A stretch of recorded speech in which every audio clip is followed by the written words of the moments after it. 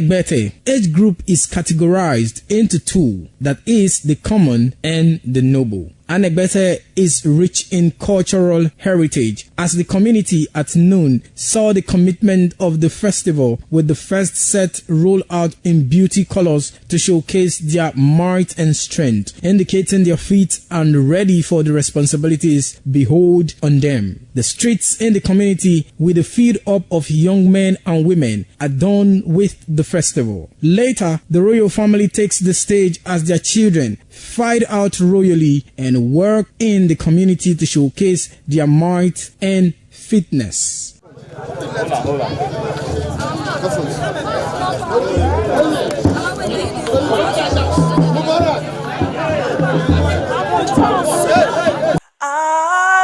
ITV, certainly the best.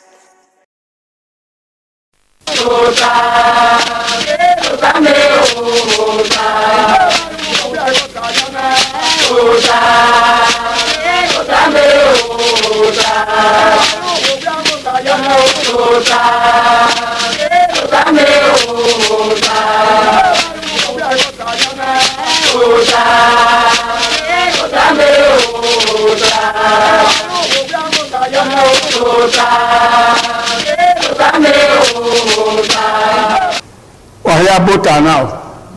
Give bota we say anyone. And my agua candidate na. Or only my agua can.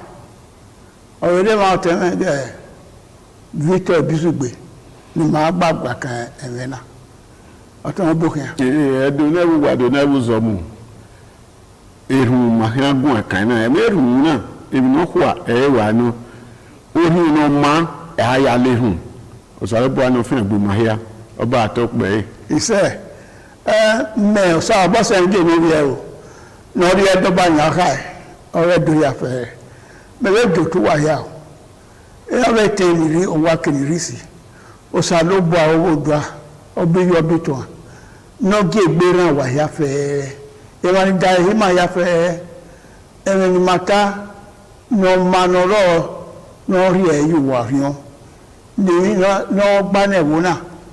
Kate arioba noro na te government owe opewulu so ba no ge no ri eri si yo oyan no ya dole wo na yi eri o no ne obedo ya fere no gba o te do ya fere so lo gba no ge to no ge pe no ge no ma rari egwani mani we guy ke mani we guy ya fere e no ma o adi ma yo ya oba atope Se oteme ẹni máa gbà kánà ọ̀rẹ́ ehun bọ̀ ehun nebùtẹ̀ prayer ehun ọmásẹ̀ ní afẹ́ àìrí ni ehun ọmásẹ̀ ehun wọn ṣe ehun náà ní wọn ẹ gbénà ya rè ẹ gbénà sàrọ́bọ̀ ya màmá ẹ orí ọ̀pá náà ẹ̀rọ ehun kéwà àṣẹ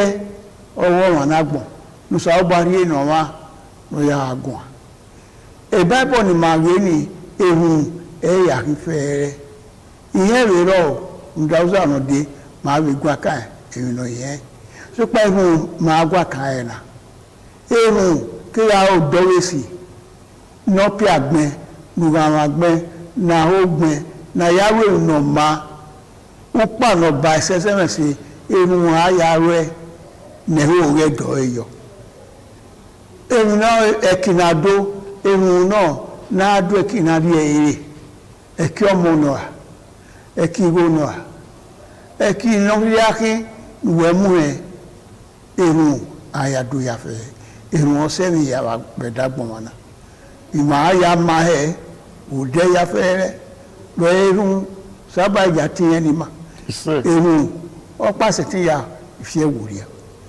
ehun e magwa kana anyone we both are ready na oteme Victor Bisugbe baba be wa o ehun owo ehun musa opia na ya gbode ehun no ma pataki e wa no da owo ehun amudia ni yoku to bon opia ọ̀gá amúdíà náà rẹ̀dẹ̀ tó bùn hàn irun náà àṣẹ lòsàlóbù ayé nìdọ́wọ́ àdọ́wọ́ ẹ̀yìn nù wà nù ẹ̀rù dẹ̀nà gbáẹ́ wọ́n náà ń sàmúhùn bá mẹ́zẹ̀ irun amúdíà ní yóò kó tó bùn pẹ̀lú amúdíà náà rẹ̀dẹ̀ tó bùn hàn zẹ́bí ní kárìtà ẹ̀bọ́n ọmọ ẹ̀kọ́ máa nù mẹ́ ẹ̀kọ́ ẹ̀nù mọ́ni irun àyà nẹ̀yìn irun ọ̀yà náà sàlóbù ayé ọmọ ẹ̀pá kẹ̀kẹ́ wà pàgọ́wà tí ó sàlóbù ayé dorí ẹ̀ ọ̀nà mi tó dìgbò ẹ̀rù nẹ̀rù wọ́n ní ẹ̀ bàbá wọ́n náà mẹ́ ẹ̀rù ọ̀kẹ́yà èmi nọ́kẹ́kẹ́ nira ọ̀yà àṣùwẹ̀ mu ọ̀kẹ́kẹ́ iye ọ̀yà àṣùwẹ̀ mu mímà má bẹ̀ yẹ̀rù má bẹ̀ jà àṣùwẹ̀ gbé náà ló ní wẹ́ èrè màgbà lọ ọmọ rẹ̀ sì máa òbó ẹ̀rù náà nà wà tá náà àṣẹ ní wà ọ̀rùwẹ̀hùn húdàgbẹ̀ náà kúnà gbẹ̀hùn nàná èyí rírẹ̀ fi lọ́wọ́ mọ́ kí wọ́n lọ́wọ́ mọ́tò unérùn sàrẹ́bùà sùmẹ́rẹ̀ òrìgbó unérùn ẹgbẹ̀ yẹn agbákẹ̀rẹ̀ òdúgbò òrì ẹkì kìnìyàn náà ìnọ̀rọ̀ ẹ̀gùn ẹ̀mí ehun náà wà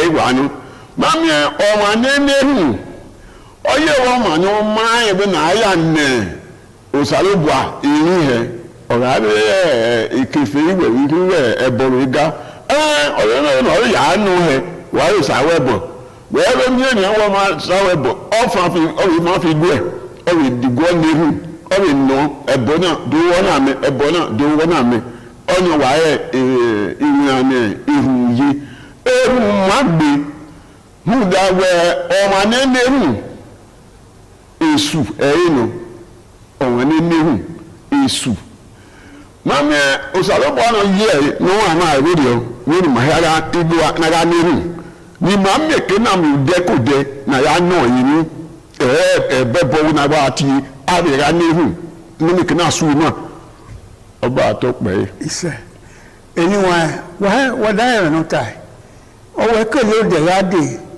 èrùn àná àyàsí wọn ẹ̀rẹ́ wọ́n paná yá lérùn ẹni wọn ẹ̀ ehun orí sẹ́yìn ya fẹ́ ehun ọwọ́ ẹ̀ má ta ló sàlọ́pọ̀ ya wù ó ya fẹ́ sọ́pà kọ́ àwọn ẹ̀wọ̀n yọ ẹ̀yìn ẹ̀rùn ọ̀rọ̀ yíyẹ orí ọ̀nẹ́ ehun orí ọ̀nà òun bẹ̀rẹ̀ ẹ̀ ṣùgbọ́n àṣẹ́nà lẹ́lẹ́kẹ́ àbẹ̀yẹ̀ ànẹ́rù yèrí èyí náà ló dùnà ọwọ́ dùnà tọ́wà dùnà ní máa yà ó dùnà ẹrù náà èmi rí aṣọ́bọ̀ ìyàfẹ́ ní ìyá máa wọn ẹ̀wọ́n mọ́dọ̀ à wúlò wọ̀dọ̀ mami ọmọ bíà gbèrú yárú ẹrù yẹn yà sọ gbèwẹ́ wúlò kọ́ mami ọmọ àmọ́ sí ti nẹ kókò wà wọ́n yà wẹ́ ẹrù náà ehun wẹ̀rí ayé wúlò yọ̀nùkú ní ìyá máa sẹ́ asẹ́ni gèlè alẹ́ nìkan wọ́n ní kíá ẹ̀kínà dúnà àbẹ́ ní káàtà sí wẹ̀yìn apáwọ̀ ó wà pa onírù gbòòrò wọn yé èrìn wẹ̀yìn arúná bọ́ ìdómìnà ni ìwà dómìnà ọ̀sánlọ́gbọ̀ ọ̀sánlọ́gbọ̀dúà bó ṣe náà yọ̀mì gbé bó ti góòlù wẹ́ lérù lámẹ́wẹ́ àfiwòrí rẹ̀ dàgbọ̀n wọn èrùn ayá mọ́ àgbọ̀n ẹ̀ èrùn erí máyé mọ́ àgbọ̀n ẹ̀ òkú ọ̀nà àmá ọ̀nẹ́rùn ní ẹbí ẹni ẹ̀mí ọmọ ní ẹ̀mí yìí èyí ẹ̀dà fún ẹyẹ lọ́rọ̀ ìdáná ọmọ nílà ìwọ̀n anábì ọmọ nílẹ̀ èrùn ó ní ayé ayé rẹ̀ àná ẹ̀dẹ̀ ni máa zọ ọmọ pẹ́ẹ́dì yìí ni máa zọ ọmọ rẹ̀ dò nà yà á èyí ni èrùn ẹ̀ nà èrùn kí ẹ̀ nà wé gbèsè nà lèlè máa yá fẹ́ yẹ kíá déwọ̀n wọn dọ̀hìn ó náà lérùn èrùn gbèsè ẹsẹ̀ ǹda èrùn yẹn dàgbèvà ẹ̀ma wọ́n á mẹ́ ma dàgbèvà wẹ̀ ìrùnú rí aná ó sàrò bàkóyọ̀ wẹ̀rẹ̀ yà wẹ̀wù mọ̀dànù yà bẹ̀ èrùn kẹrùn mú ná bẹ̀ dàgbé wẹ̀wẹ̀ lẹ́hùn kẹlò yà mú mẹ́kẹ́ náà yẹ mú ẹ̀mìnì mí nà dà wà mìnì mí nà dà nẹ́yẹsẹ̀ èrùn ẹ̀yà kẹ́ni wà ẹ̀ èrùn àyà lẹ́gbó àyà lógò ihun o sọ̀rọ̀ bọ́ ají lórí káta náwó bible yàfẹ́ ihun náà ihun ni arákàsẹ̀ tayọ ihun ẹ̀rù ẹ̀ máa ń sọ̀rọ̀ dè máa gùn akẹ́mìnà yẹn sọpá gbèrú akínẹ̀ ẹ̀rọ bọ́ọ̀kínẹ̀ ètẹ́ bọ́ọ̀kínẹ̀ mọ́ni lówébè gbèrú akínẹ̀ òwú ẹ̀nẹ́ ló wa ní ààrẹ wèbò wọ́n ti kó náà lè rú díẹ̀ ẹni èrò ó ní ọ̀sẹ̀kẹ̀ ní ayé wẹ́ ẹ̀ wà á mà wà ní mímọ́ olóògbé afẹ́ ẹ̀yà dùnúdẹ́nu wa nọ̀wé ọ̀nàkà oríwèé dúgbẹ́ ìrùn sálọ́gbà dúgbẹ́ ìrùn níkà lọ́jọ́ mọ́ ní yóò nọ̀rẹ́ ẹ̀ ugbó náà àògò náà àtúwẹ̀hẹ́ àríẹ̀kì wọn lámọ́tò àríẹ̀kì wọn lámọ́tò àríẹ̀hẹ́ ehun ehenu ìmàwọ́ náà yóò wà rẹ̀ wẹ́ kéhun yé rẹ̀ jágbémà ọ̀kẹ́ pọ̀lọ̀ sísẹ́rẹ́sì yẹ kọ́ àwọn àtàlérù sọpọ̀ ihun mẹ́sẹ́ ọ̀rẹ́rọ̀ ọ̀nà òwe wúwẹ́ ẹ̀yà gbọ́ wọn à òwúrọ̀ pé àríò sí ìdí òwúwẹ́ tẹ̀sí wa èyí sọ̀mẹ̀ tí sọ̀nù òwà lérù ìlú àyà gbọ́ déwọ̀n máa ní máa ń ìnáwó ẹ̀rí ọmọ àwọn òkú ọ̀nà ọlọ́run ìwé dàrá èyí láàrin ọ̀ìfúfùwà ehun magwakana ni wọn gbogbo akewudẹ rasun kewava wuteri ìwáyé gbèsè wọn sọ yòbọ kàhún ọwọ ẹrẹ tó sàlóbọà gbèsè yòbọ yọ ọmìnira ọní irú yọ kiri ìwáyé wọn sọ náà wẹ ní ìwáyé ni wẹ ṣe ní àyọ ìgbé náà ní wọn sì ti ní ìwáyé ní yé náà àwọn tó pọ̀ sàlóbọà wẹ yẹn sì ti ní ìwáyé náà àwọn ọ̀nà fi ìwáyé ní nẹ wẹ yẹn fẹ yẹn ní ìwáyé àríọ̀bá náà ní wọ́n sẹ́wọ̀n míró owó ìbèrú yé náà ní wọ́n sẹ́wọ̀n èébé ìbèrú rẹ̀ ní wọ́n sẹ́wọ̀n mìtísà òtá máa wọn mara rìn ní oyé wọn ó lè rìn wọ́n gún ẹ̀rá rẹ̀ èrù wọn ọ̀rí ìdígbàsẹ́ ìgbé wọn yàfẹ́ àìní ọ̀wà nẹ́rẹ̀ hùn òun ọ̀rìrùn orí ọ̀wà ayé ẹ̀rẹ̀ gbé wọ́n ọ̀tẹ̀rẹ̀ bízùgbé. wọ́n ní wá ìlú kàn án ehu ẹ̀ọ́dígbàsẹ́ nínú yá fẹ́fẹ́fẹ́ òhun ìtagbọ̀n náà ọmọ ní ehu wúwo ọmọ ní ọyọ ọmọ ní máa dùn ọmọ ní rírà dùn náà ní ehu ìlú kàn nàwọn akọ̀wọ́n yàrá rẹ̀ ò bọ́ tí ó wẹ̀ lélẹ̀ ehu ọ̀rẹ́ ẹ̀kí náà mọ́ ehu ọ̀rẹ́ ẹ̀wà náà mọ́ ehu ọ̀sùn ọmọ adẹ òdẹ̀nà wà bóyá ehu wọ́n yá sùn ọmọ ahẹ́ wọ́n dẹ̀ wẹ́ ẹ̀họ́ ẹ̀wẹ̀ ẹ̀nà ọmọ ni kẹ́ẹ̀kẹ́ ìrọ̀rùn àníwẹ̀ lẹ́rù gíní ìyẹn kòkòrò náà kò gbé lómìnkè náà dé lúfíé wọ́n dẹ̀ wẹ́ ẹ̀rù náà àwòrán kan ẹ̀ẹ́nù ẹ̀rù wọ́n mọ̀ ọ̀họ́ ẹ̀rù ẹ̀ẹ́sẹ́ ó sàbọ̀ àgbàgbọ́ yọ ọwọ́ òkọ́ ọ̀nà àmẹ́rù ọ̀gá sí ìhù náà ọwọ́ ẹ̀sọ́ àrẹ́pà pè mí ènìyàn ní ẹ̀yà àdó sísí ní ẹ̀yà àdó ẹ̀yà àgbọ̀ wọn ó sọ àrẹ́pà pè mí ènìyàn a máa ẹ̀wé tọ́ ní ẹ̀yà àdó ẹ̀ ó sísí ni ẹ̀wé tọ́ àgbọ̀n náà ọ̀rọ̀ ẹ̀bọ̀ ní ìsàlọ́pọ̀ àrẹ́ tì í yọ wẹ́ èhúwọ̀n ọmọ òkọ́ ọwọ́ ìmọ̀ kàkà bọ́ wá sí oníyẹn lórí họ ọ̀nà wẹ́ the prayer of a wicked person is an abomination ìyẹn wò nìyẹn hàn wá sí àlébò ìyẹn dédé hàn nìyẹn hàn ọ̀nì ọ̀sẹ̀ ẹ̀nà mẹ́wẹ́ oní ọ̀nà ọ̀ma ẹ̀ ayáléhu ẹ̀rí ni ọ̀ma ẹ̀ ọ̀lẹ̀lẹ̀hu kíá tí ẹ̀hù ọ̀hẹ̀hẹ̀ bò ọ̀hẹ̀hù tù ọ̀hẹ̀hù wá tọ́ọ̀dì àìmọ́ ọ̀tún wọn mú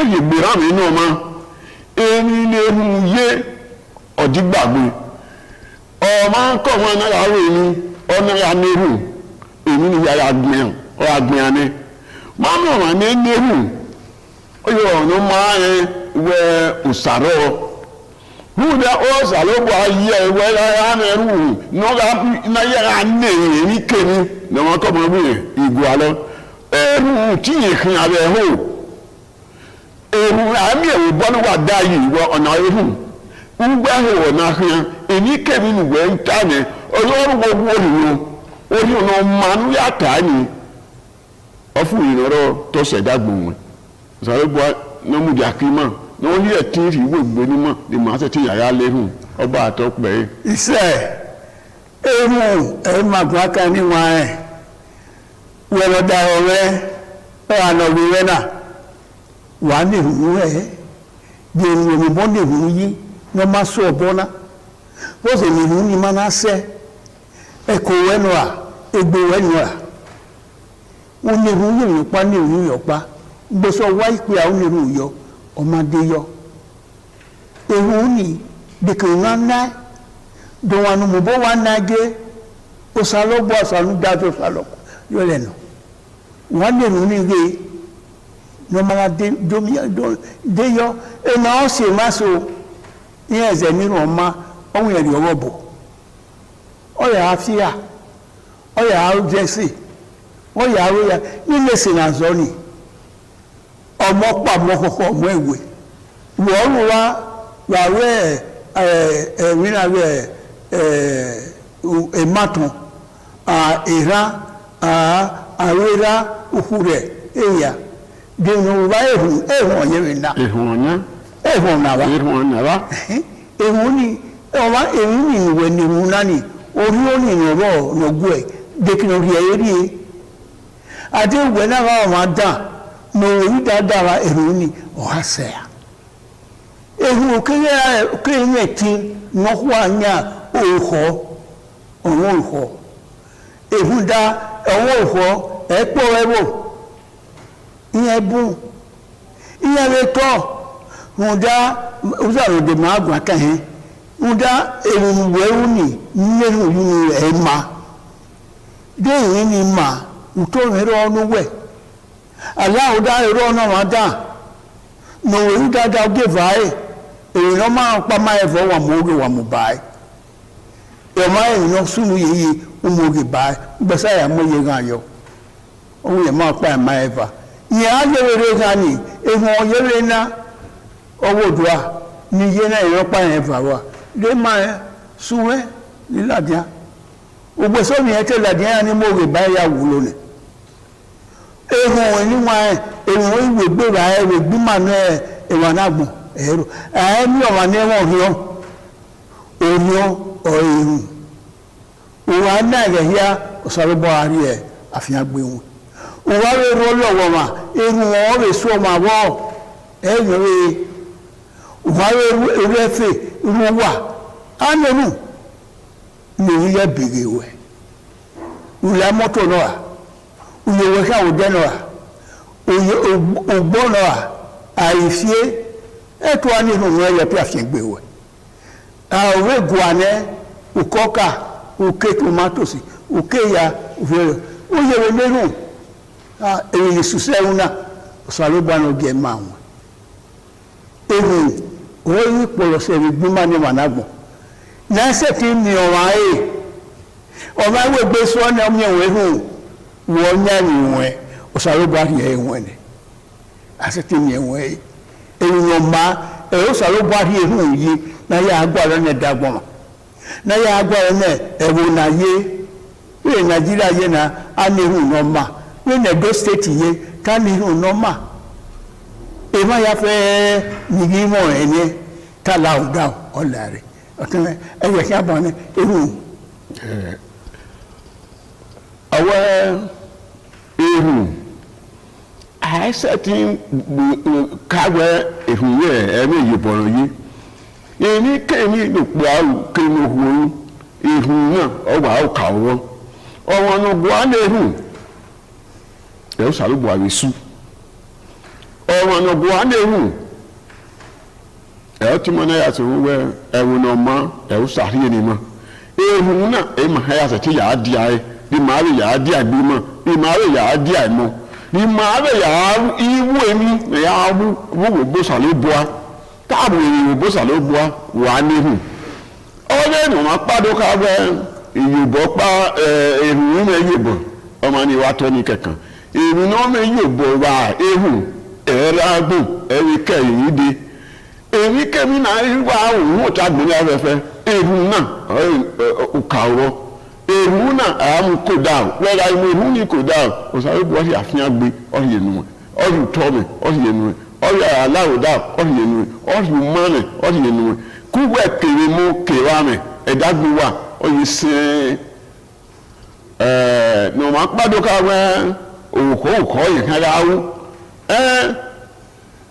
efere òun yìí kan áwú èyí náà wégbé anáwé náà láàárọ̀ náà sì bí Israel ọ̀nàwó àwọ̀ ọ̀nàwó ẹ̀dọ̀ nínú sàlóbù wa wọ́n náà tó bọ́ ẹ̀dùn nìyẹn ẹ̀rọ sàlóbù náà lè gbé mu ẹ̀yìn ìkọ̀ ọ̀nà ọ̀nà ìgbéri yí ẹ bẹ́ẹ̀ náà ọ̀nà mi kí náà yóò yà yẹ èyí náà rú wọ́n kìkì ẹ̀rí rú èmi yà ní eré orí wọn yìí yàn áru òpó pamọ́lí gbìyàn ní ẹ̀zẹ̀ ẹ̀lápà òsàlùbọ̀ nẹ́gìmọ̀ ńlẹ̀ ẹ̀zẹ̀ rí ẹ̀ẹ́nì máa ń ná òsàlùbọ̀ ayé ẹ̀ọ́kùnrin bí wàá wí ní mọ̀ ọba àtọ́pẹ́ yìí. ìṣe ẹnu ẹ̀yìn màyé náà ni wọ́n ẹ̀ ẹ̀rù wọ́n mi wá sọ wàárọ̀ ọ̀wá náà o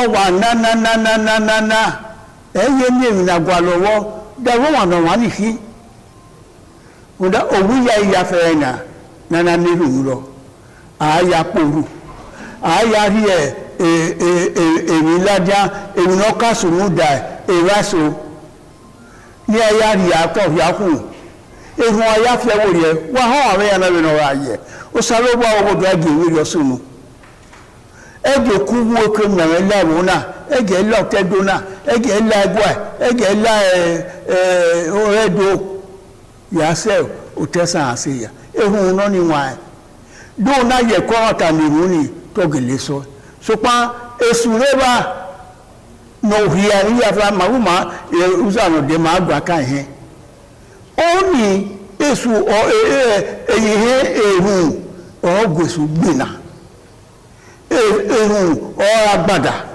ọ̀rọ̀sísí ọ̀èríkèrí na ya gbèsù gbìnà ọ̀rọ̀ dàn ẹ̀bù dàn ọ̀tá dàn ẹ̀mọ́rọ̀ ọwọ́ àgbọ̀n àṣẹ́nu sọlọ́pàá yìí na wàyá rí àrí ẹ̀yìn nù ó sọlọ́pàá náà rí irú ọ̀nà rí nà wá na àyà mẹ́wẹ́ ẹ̀wẹ̀ ni wọ́n ní ká ọ̀wá dá tàdà wẹ̀ gbótó àwù ẹ̀ ó márùn ẹ̀rí lọ́pàá wúwú wà mí mẹ́fà wọ́ ehun kí ayé mẹ́fà ni wọ́n ẹ̀ mẹ́fà ni ẹ̀rọ sọlọ́pàá rárí ní máa yà fẹ́ rẹ̀ dẹ́ ẹ̀rá ni wọ́n ẹ̀ gbótà náà ni máa yé náà irun ẹ̀ máa yà mọ́ yòótọ́ ọtí náà yẹ wíṣà bọ́ ni owó tó ẹ̀. ẹ̀dùn náà gbogbo ẹ̀dùn náà wùzọ́ mu ehun máa dún àkàn náà ní ká gbọ́ àlẹ́ ehun wọ́n náà wọ̀ ẹ́ wúwa ní ehun ehun ẹ̀rọ sọ̀ọ́mà gbàsán ẹ̀rọ sọ̀ọ́mà ravan wúwẹ́rẹ́ àhẹ́rù kò dá o èmi kẹ́mi hia ìwé ní bọ́ yìí tẹ́ yà hìá gbé àná ìwé lè mọ́ náà dàtú ẹ̀ èkúyà ìwé dàtú ẹ̀ ikú ìwé tún yà hìá fẹ́fẹ́ kátékáté ìmọ̀nyìn rẹ̀ kábẹ́tù ìmọ̀nyìn rẹ̀ igúsà ọ̀fun gbogbo wàhíàrọ̀ ní Jésù Kristi náà mi wọ̀n fún ọba àtọ́pẹ́ yìí. ìṣe èrí mẹ́rin yé ni wọn ehun ìwé jòtú ẹ̀ ìwọ̀n yà fẹ́ ìmọ̀nyìn rẹ̀ dáadé àkó wọ́n ní ààrẹ ìdánwò ní rí ẹgbẹ́ àdórí ọdúnwé ìgbérùn bẹ̀tọ́sà ló bọ́ àtẹ́nìkà lọ́dún àníwá yà fẹ́. èyí ò ní náwó káyèlè náwó mẹ́wò náà nùsà ló bọ́ à námẹ́wẹ́ ẹnìkà lórí ẹ̀kẹ́ dàníwá orí ọ̀rẹ́. èyí ò ní náà ìwọ̀n ọwọ́ wọn àdórí ọdúnwé ẹ̀wò náà. èyí ò ní náà ọ̀kàwélè ẹ̀wọ̀n náà lórí ọ̀hà ọ̀kàwélè so ọwọ́ ẹ̀tíyẹ̀ wà mẹ́ yẹ gún ẹ̀wọ̀n náà yàfẹ́ wà máa lérò ẹgbẹ́ mi ní náà rú ọ̀rí ọ̀wẹ̀ náà ọ̀kàwélè ló sàlóbá ẹni kà mọ́ ìyọ̀rí ọ̀rẹ́ wọ́n dùn náà níwá yàfẹ́ níwágọ́ bá dọ̀lẹ́wò yìí ìdáwó dán wò ìwé yẹ wà ní máa rí ọjọ́ wò iná rí ọ̀nà máa yẹ gbà ó sàlóbá náà rẹ̀ yóò bọ̀ ní wà ákàṣẹ́ ní sàlóbá rí ẹni wà zẹ́wọ̀ ọdún wọn zero jo wa nu do ari egeni o do ari ojo we ni no saro ba je gba won o dun ma ni wa ya fe abe ejo we o tere no ri pe o dun ma ni wa ya fe iya ni re igo wa zu wa iya ri go mo ko wa iya ra be iya ri so pon ba iya re owo iya ni re da de wo ya fe ni maseti sunu yi eni kan la owo be ti o ba we do ya fe to dun ma ni wa ya fe re duna tọ́wá dùnà níwá yà o Duna Toga duna nu waya dove. Duna toga duna nu waya baba. Duna ọba àtọpẹ.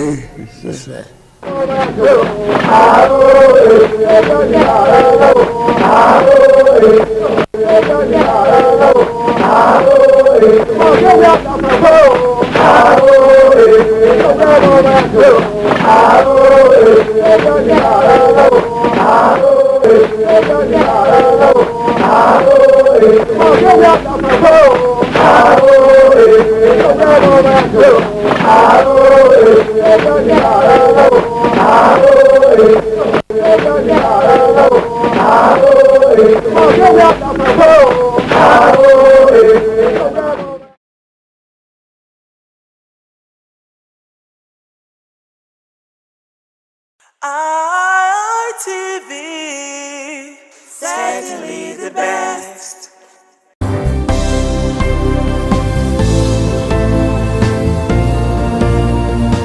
Thank you very much for joining us on the program Healthy Living. What is the kidney? The kidney is an excretory organ in the body, which is for metabolism. Tuberculosis affects many organs in the body, but the common ones it usually affects is the lungs. Epilepsy is a neurological problem. Okay. It is an injury in the brain which causes someone to begin to convulse, to go into fits. It is curable, but the cure is a long-term thing. If you eat well and avoid those risk factors that will make your immunity to be down, then the risk of contracting tuberculosis will be reduced. If you're healthy, then you're wealthy.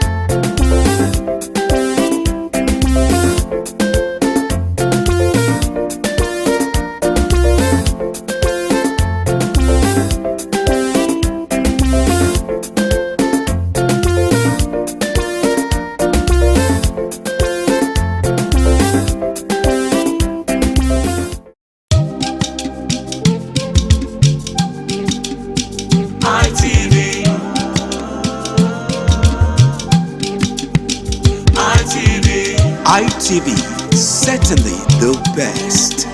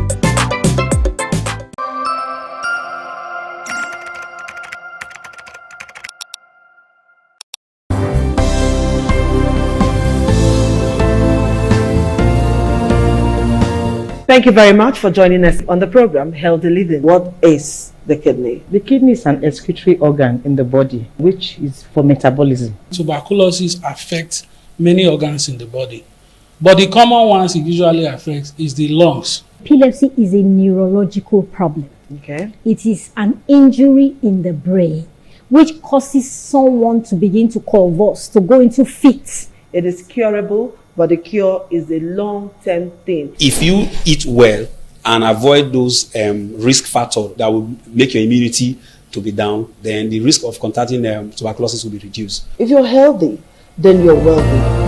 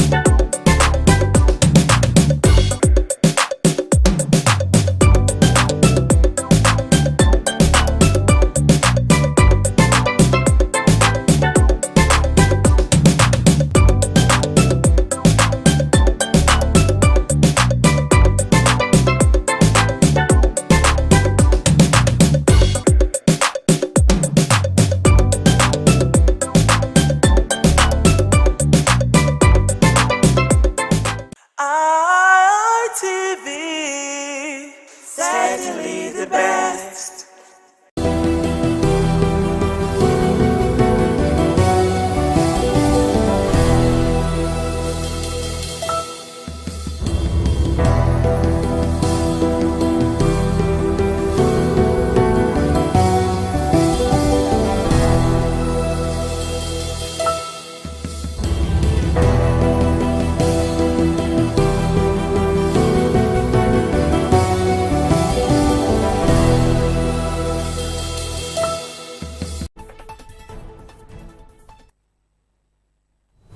It's a beautiful Tuesday morning, the 10th day of the month of February 2026.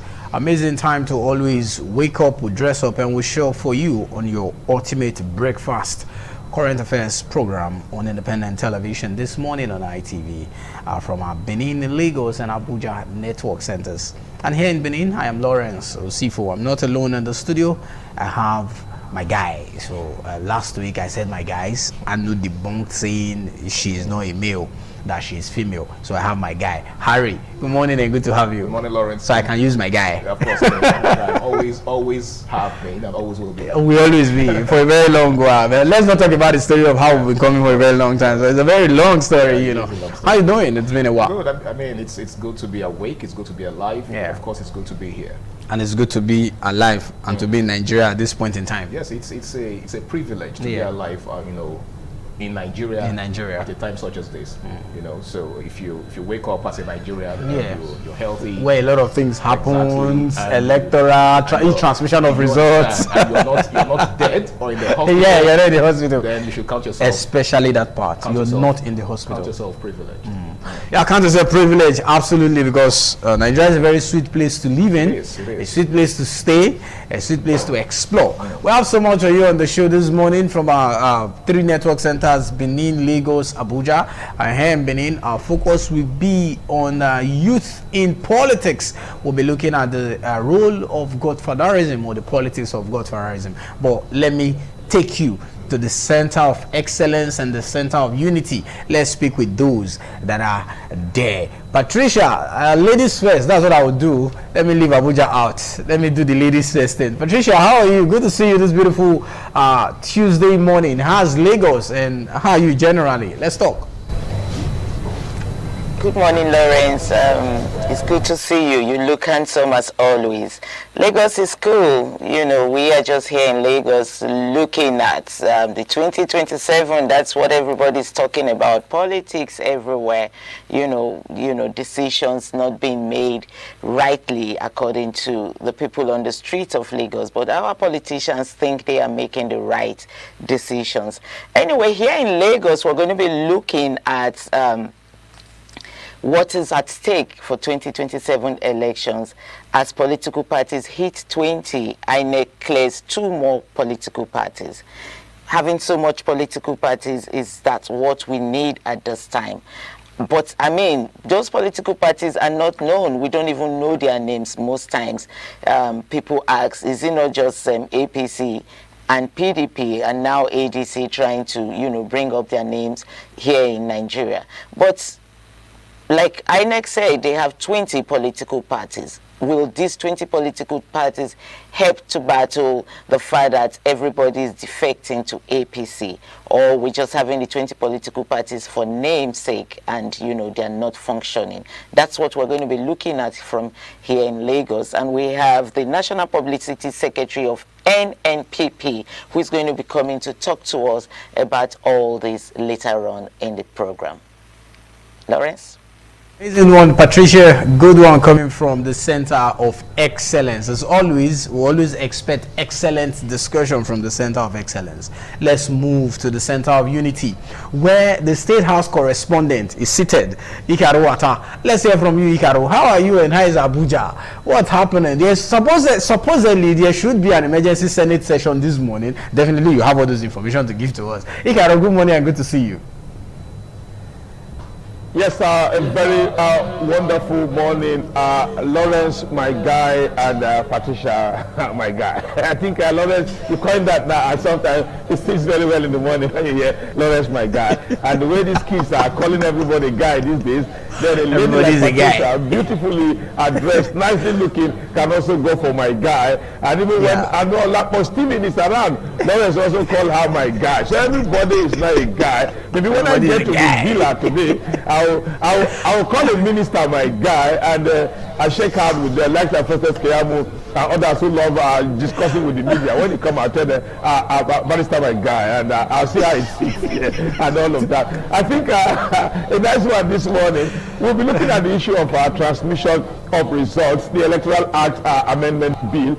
Like what you said, Lawrence, the Senate will be sitting this morning, and I can tell you very clearly that independent television crew, particularly the Senate correspondent, Charity Tanko, is already on her way there. We expect very tight security, although we will not be expecting protests this morning, but we expect tight security. And there is also talk of the voting process, whether it will be open or released to the public. Let's know who vote for the transmission of result real time, or those who want to hide to actually look at their own political interests above national interests. Yesterday, you saw Peter Obi on the streets of Abuja marching to the National Assembly, and they all gave their own position that the Senate must ensure that results are transmitted on real time. They must put that in the amendment bill that will be assented to by the president should he choose to assent, because I know this National Assembly cannot override the president. So we watch all the drama play out. But to some extent, Lawrence, let's be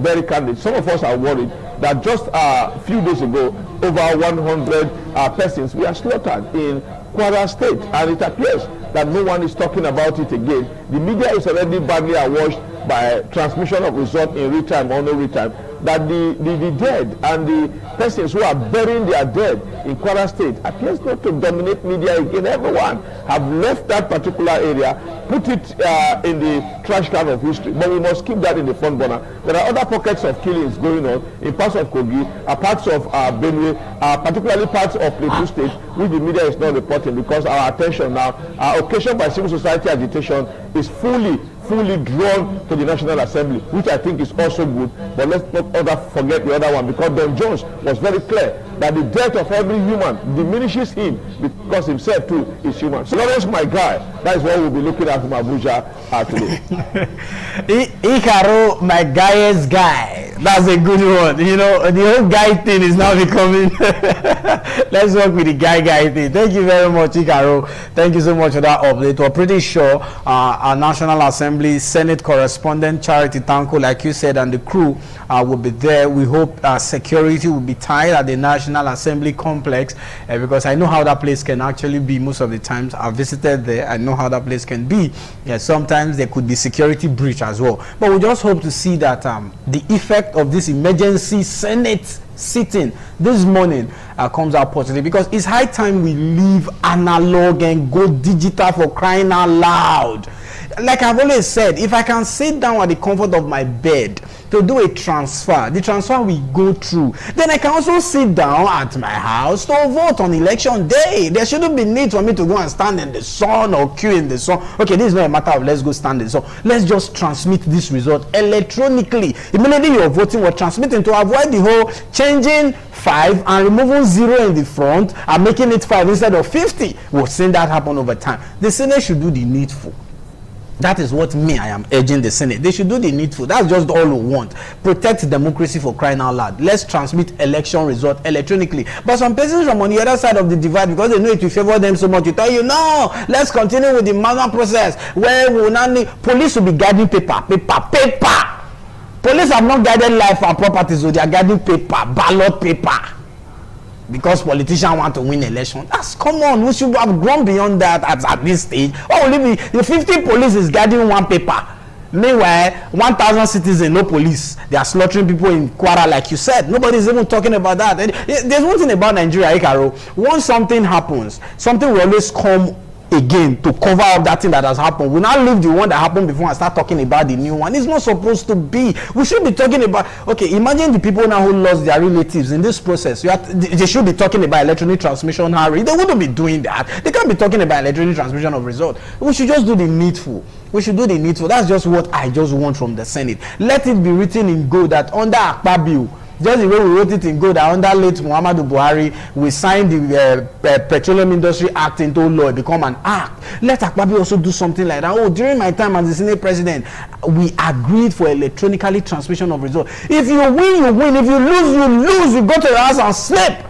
Politics is not a profession. Lawrence, if I might After all, we've seen our former minister and former two-time governor, what's his name, Babatunde Fashola. He has gone back to court. He has a job. He's a lawyer. He has gone back to full-time practice. He has left politics. So I think our politicians should understand that politics is not a profession. You just do it for 8 years. Study. So Ikaro, Charlie, no, let me come to you, Patricia. Patricia, let's get your take on this because we have to talk about this before we start up our conversation this morning. Patricia. Yes, I was even going to interrupt you. I was going to say if I could come in there.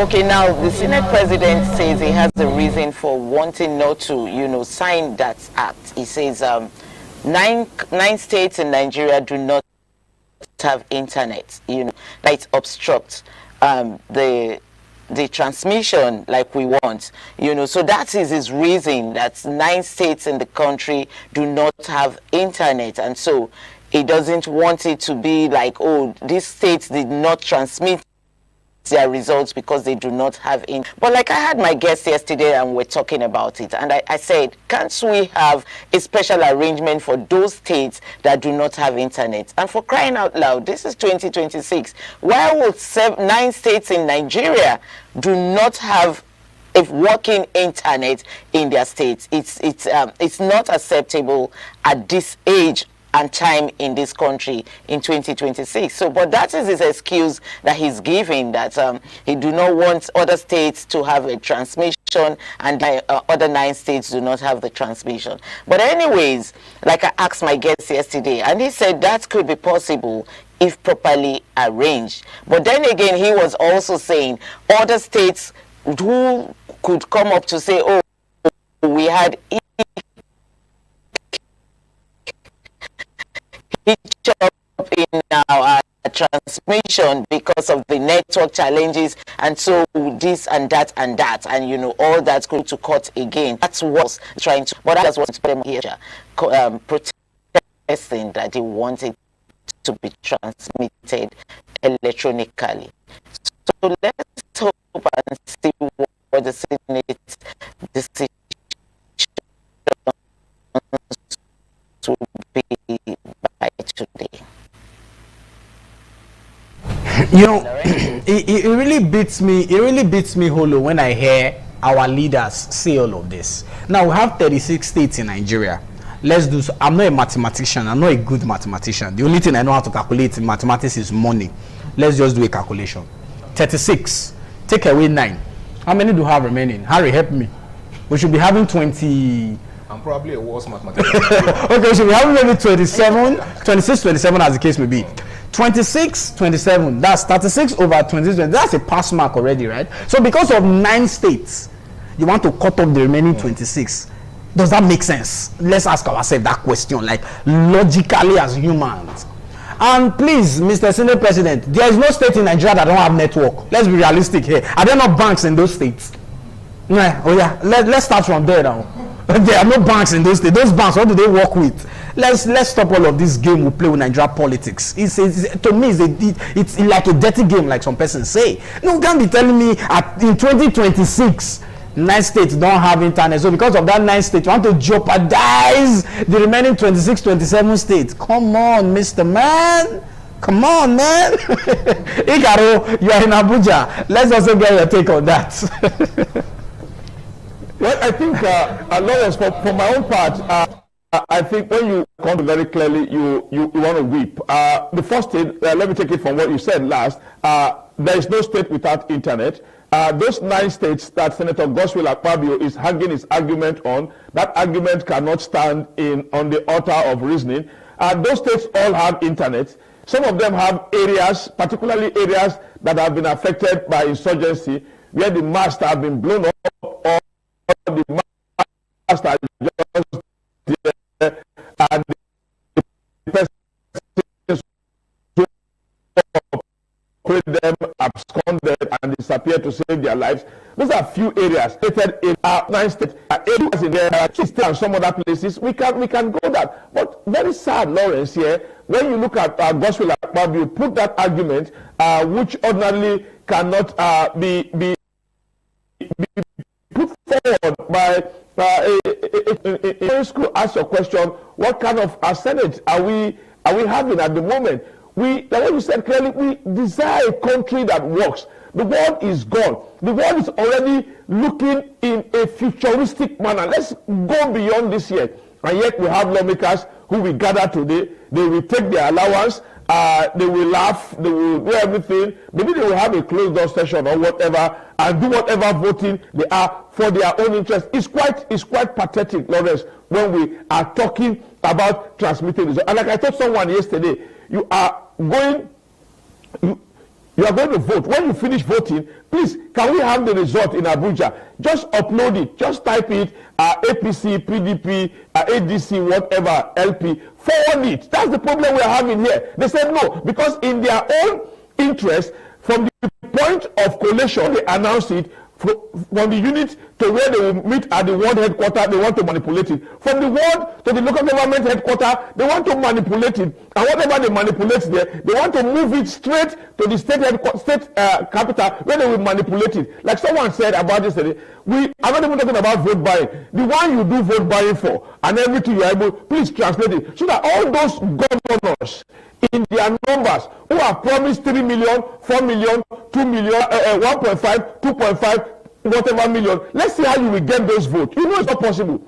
So you want to get result where you will finish everything, and you will not tell Lawrence, Patricia, Gabriel, if you are not satisfied with the result, go to court. When you know you control the judiciary. Very sad. The whole go to court, what's it called now? Conundrum has eaten deep into everybody's fabric in Nigeria lately. Somebody just do anything, the next thing is go to court. It's like making mockery of the sacred judiciary. Very sacred judiciary. Back then we were growing up as kids, you hear the judiciary is the last hope of the common man. But today, I can't really tell again whether the judiciary is still the last hope of the common man. But thank you, gentlemen, all my guys in Lagos and in Abuja. Let me come to my guy in the studio. Harry, you've heard them. You've heard Patricia and Ikaro, and you've heard their thoughts about the whole matter. Let me get your thoughts about electronic transmission of result. In this 21st century, 2026, we are still doing analog thing, removing 0 in front of 50 and making it 5. Which to the politicians, they feel that is best for us to go. I see educated people, when I say educated, educated people who are standing or basing on this argument that it is good. It is good. Some are even PhD holders that I know, not the one people. I know this person. I see it on their statuses on WhatsApp. I see it on their write-up on Facebook. Absolutely. I shake my head. In this age and time, we should still be use biro and paper, and the young copper who is very innocent and doesn't know anything And you know, the young copper who is the presiding officer, who knows nothing about life, he's still serving, he has not submitted CV, so he doesn't know what we hit him in front. He's there changing figures in 2026. It is indeed a tragic situation. It's tragic, and I really don't think there's anything I'm going to say that our colleagues have not said or haven't said already. But you see, there is a reason for all of these shenanigans. Absolutely. You understand? It's all about political interest. Yeah. And it's sad that, you know, in 2026 we are still so engrossed in trying to protect our personal interest rather than national interest. It actually goes to prove that our leaders do not have the interest of the people at heart. Honestly. So the only thing that concerns them, the only thing they care about is their share of the national cake. Yeah. You understand? They want the status quo to remain. Just so they can continue to benefit from it. It doesn't matter how it affects the masses. Now, just like Ikaru said, nobody's talking about the killing, the scores of people that died in Kwara State. We are more concerned about electronic transmission of results.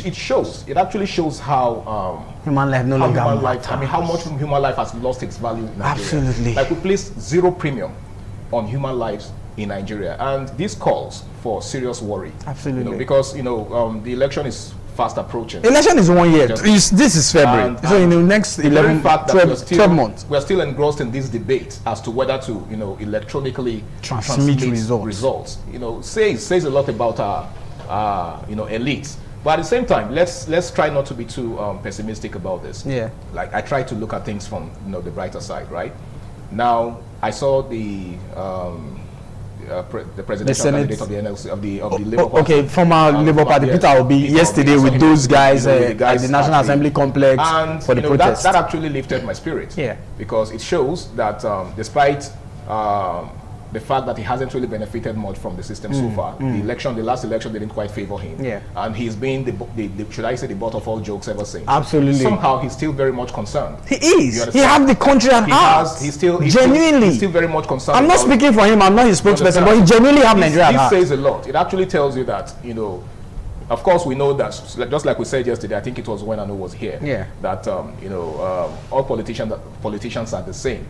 But the truth of the matter is that they are necessary evils. There are some they are lesser evils, so to speak. Some persons are different in terms of agenda. But I feel like Peter Obi is one of those whose agenda is different. A bit different. At least he has the concerns, he has the care, the compassion of the people. So let's give him that for now. But let's hope also that these protests yields results. Let's hope, because it's beginning to look like it's the protest that is spiking the immediate urgent meeting sitting for today. It actually beats me that we have to wait for such things to happen. Exactly. I wanted to say that. Is it that we don't know the right thing to do? Is it that our leaders don't know their right from their left? Or they just try to sweep some things under the rug and hope that it doesn't see the light of day. And then when the pressure is mounted on them, they now feel the need to act. It's really unfortunate. I was telling myself yesterday, I said, if we go electronically, I can bet you we have 469 members in the National Assembly, reps and Senate together. Absolutely. Half of them will not return. That's exactly I'm telling you, I can beat my hand on my chest to tell you that half of them, they won't return. Because it is through this manual process that the whole, like Ikaru said, from voting unit to collation to the center, from collation center to local government, from local government. Those are where the changing, removing 0 in front of 50. that's leaving it at 5. That's the reason they're so bent on maintaining. Let's maintain the status quo. Because they know too well that this isn't going to favor them in any way. They know. Bad. You understand? So that's exactly why you see them, fighting back. This is corruption fighting back. Big time.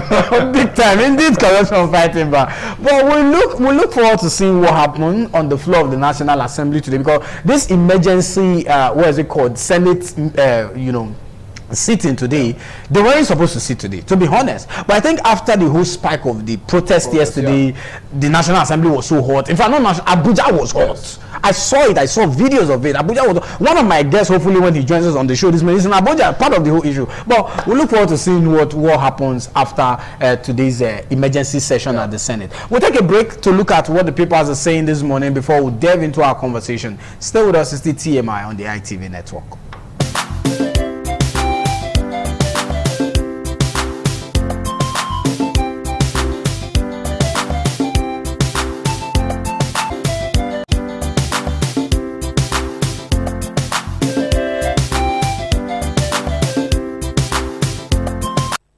right, thank you so much for staying with us. Let's now flip through the pages of the paper to see what the papers are saying. This morning, we begin with the Daily Sun.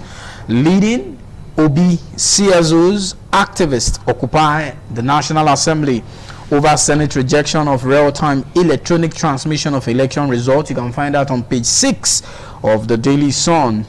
Electoral Act Amendment Saga, Kuka Center, Yaga Africa, others want mandatory result transmission. Asks the National Assembly to adopt House of Reps version. Kwara Massacre, Tinubu vows to end insecurity, pledges to fight terrorism with determination. CBN, NCC to crack down on banks, telcos over airtime failures. Editors urge NANS to adopt mandatory and immediate electronic transmission of election result. Nigerians will continue borrowing to find 25.91 trillion to fund 29.91 trillion budget deficit. Who is saying this again? The same Senate. All right, let's look at what the next paper is saying. This day is also leading with Harry. What do we have from this day? Let's see. All right, our attention is on This Day newspaper, and this one, the major headline here says Electoral Act, coalition of CSOs won in 2027 elections may be compromised. Electoral Act, coalition of CSOs won that 2027 elections may be compromised. Now that's really worrisome, and I really don't know the factors that may have caused them to reach that conclusion. But if we're already beginning to see doom from this moment, then it actually calls for serious worry. All right, the writer there says, appeal to National Assembly to adopt real-time transmission of results. Pass bill in 2 weeks. Just what we were talking about a moment ago. And then Obi joins protesters at federal legislature. Agbakoba rather, backs call for real-time electronic transmission of results in 2027 polls. Okay, and the final writer on that one says, NGE, Huriwa, other groups won't set it. Okay, I think that will be found on page 8. All right, still on This Day newspaper, Tinubu, terrorism giving Nigerians sleepless nights will overcome them all. Terrorism giving Nigerians sleepless nights will overcome them all. And that's coming from the President of the Federal Republic of Nigeria, Senator Bola Ahmed Tinubu. Okay. Yeah, he senator is for the right senator. Yeah, he is a senator. Still in the light. Absolutely, of, absolutely. Still in the light of the Senate. Yeah. All right. Then still on This Day newspaper, it says insist security threats unacceptable. Yeah, that's still credited to the president. Okay. He insists security threats unacceptable, and protest in Kaduna as bandits abduct 7. That's a fresh one. A fresh one. We're not done with Kwara. We're not done with Kwara. Okay. Protest in Kaduna as bandits abduct 7. Now, the protest we're talking about here is not about electronic transmission of results. It's about abduction. Now, the question is, how many more protests are we going to have? Before we say we've had enough. It beats me holo when, one of my lecturers was saying something yesterday in class. It was like, why is it that we are always reactive than being proactive? Lecturer was asking the students in class, you should know better than us. You shouldn't be asking us that question. You're in a better position. You're in a better position to know. You are a PhD holder. I'm still trying to grab him for masters. And it's actually a fact, because it seems like we always wait for the worst to happen before we strike. Yeah, it's unfortunate. Now, like I said, police will protect paper.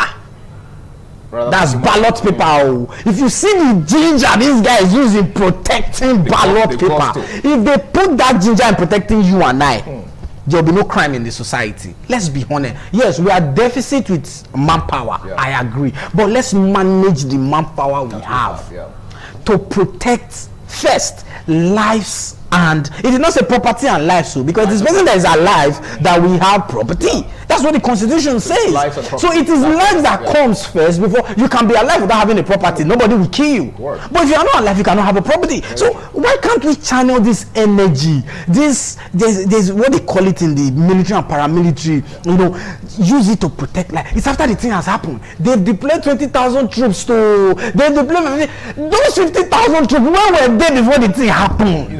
Where were they? Like I have said a couple of times before. Where were they? It's the fact that the government lacks the willpower. No, they don't. They don't just want to. That's the willpower. That's the willpower that they lack.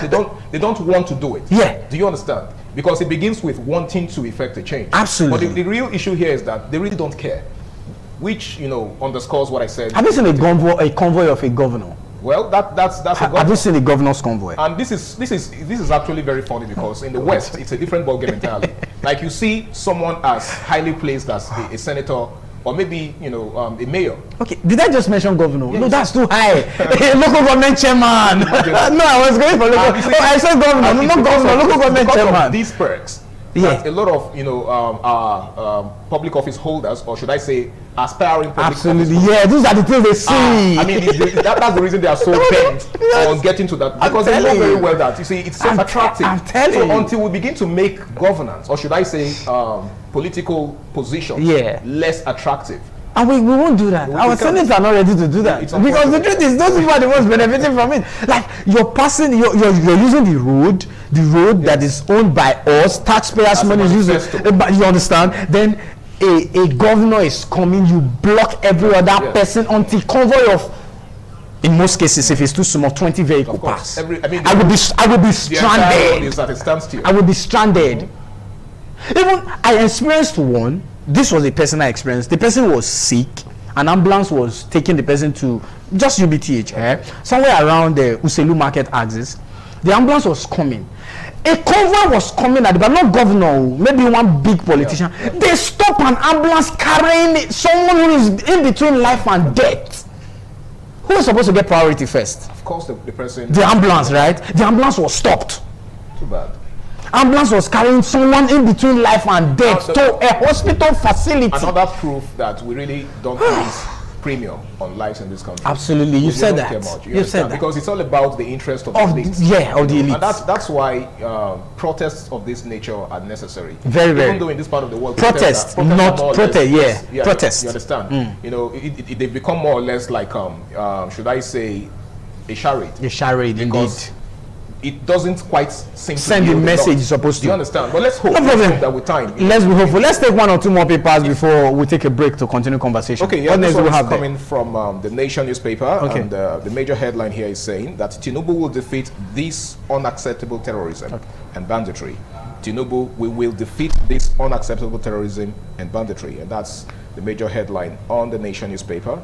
And the writer there is saying that states, councils to play big role in Renewed Hope National Development Plan 2026 to 2030.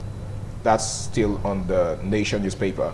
And of course, there's this other one here, which is saying that protesting obedient supporters demand real-time results transmission. And that is what we want. On page 5 of the Nation newspaper. Yeah. That's what everybody wants. We don't need more. Just immediately you're finished voting, you're sending results. Let's be seeing it. True. We're not asking for too much. We're not asking for, because if at the end of the day the Senate did not pass this into law, even if you go to the court tomorrow to challenge it, the court will quash your whatever you're bringing to court. They will rule it out because it's not backed by law. True. Simple. So please, let's back it by law. If I now go to court tomorrow, for instance, the court, I will have a basis to go to court. If I go to court, the court says, okay, fine, you didn't win the election, I'll take it like that. But telling me we should still be doing what we've been doing since 1970, 1980, 1950. Come on, we're bigger than that at this age. It's high time the judiciary did the needful, to protect its image. The judiciary will be a topic of another day. Because, I mean, just like you said a moment ago, I think this whole mantra of go to court is beginning to make the judiciary look like a caricature of itself. if the judiciary is no longer the hope of the common man, then where do you expect the common man to go? The common man can't go anywhere. They tell you go and meet God. So it's making a mockery of the judiciary system. I think it's high time, they did the needful to protect them. Indeed, it's high time they do the needful to protect themselves. So let's take a break and delve into the conversation. Politics, the youth in politics, the politics of godfatherism. Have some bright youths who will be joining us on the conversation this morning. It's still TMI. Stay with us.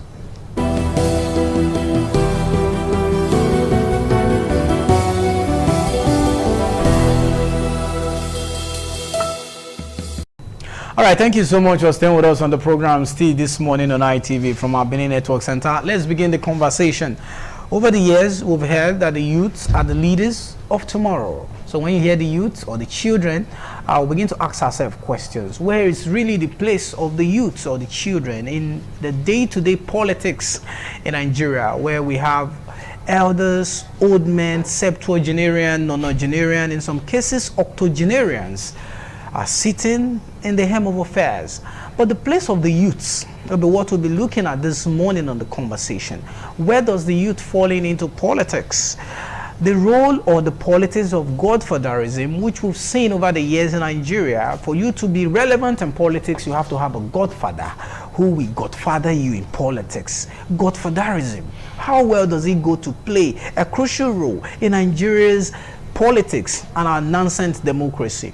Let's speak with a youth who is holding a position in the executive. He is the senior special assistant to the Edo State Governor on special duties, a young mind who is also a youth. Let him talk to us on the show this morning. Alex Uriesi joins us virtually on the show. Alex, good morning, and it's good to have you.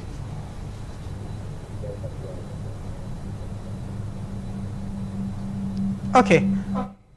When you hear of youths in politics, it looks as if the youth are not carried along in Nigeria's helm of politics. So the only thing that comes to mind when you hear youth is either they are using them for thuggery, to steal ballot boxes. Maybe that's one of the reasons why we don't want to pass electronic transmission of results, so that the youth will continue to be relevant in that aspect. But give us a brief of the youth in Nigeria politics. What do you think the youth's effect has been in Nigeria's nonsense democracy and politics over the years? Thank you very much. Very active, and the youth are in politics right now. Unlike before, where what you have just described was the norm, where you have our elderly people and our fathers and our great-great-grandfathers in politics. I think that narrative has changed. That narrative has changed because the youths are in charge now. The youths are very hungry to change what we have in Nigeria because the youths are well exposed now. We now have devices and phones and tablets and internet that has exposed the youth to what is out there in the normal world. The youths are hungry for a well-developed environment, just like they see on TV and they see on their phone. There's nothing you have in the US and outside the world that I don't think we don't have in Nigeria. And this is what the youth want to see. And because they want to see it, they started putting themselves in politics. Back then, politics was a old man, daddy kind of thing. Just like I've always described, with Agbada and all of that. But all that has changed. If you look at the politics of today, in all its atmosphere, you find youth. Because even the electronic, you find youth everywhere, and the youth are the ones who are technologically savvy, which means the youth are very present. I think one of the things the older people are scared of is that the force at which the youth are using to come or are using to take over today, because the youths are not going to sit down at the back anymore. Even with them sitting at the back already shouting to the front, we can't see well, we can't hear very clearly. So the youths are very vibrant and are very alive.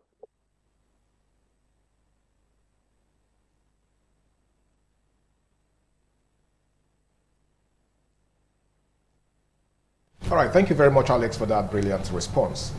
There is a school of thought that the youths don't seem to be ready to take their destiny in their hands, especially given the, should I say, nonchalant attitude, or maybe, just maybe, the political apathy that seems to be brewing amongst the youth nowadays, considering the fact that it seems like their expectations are not being met.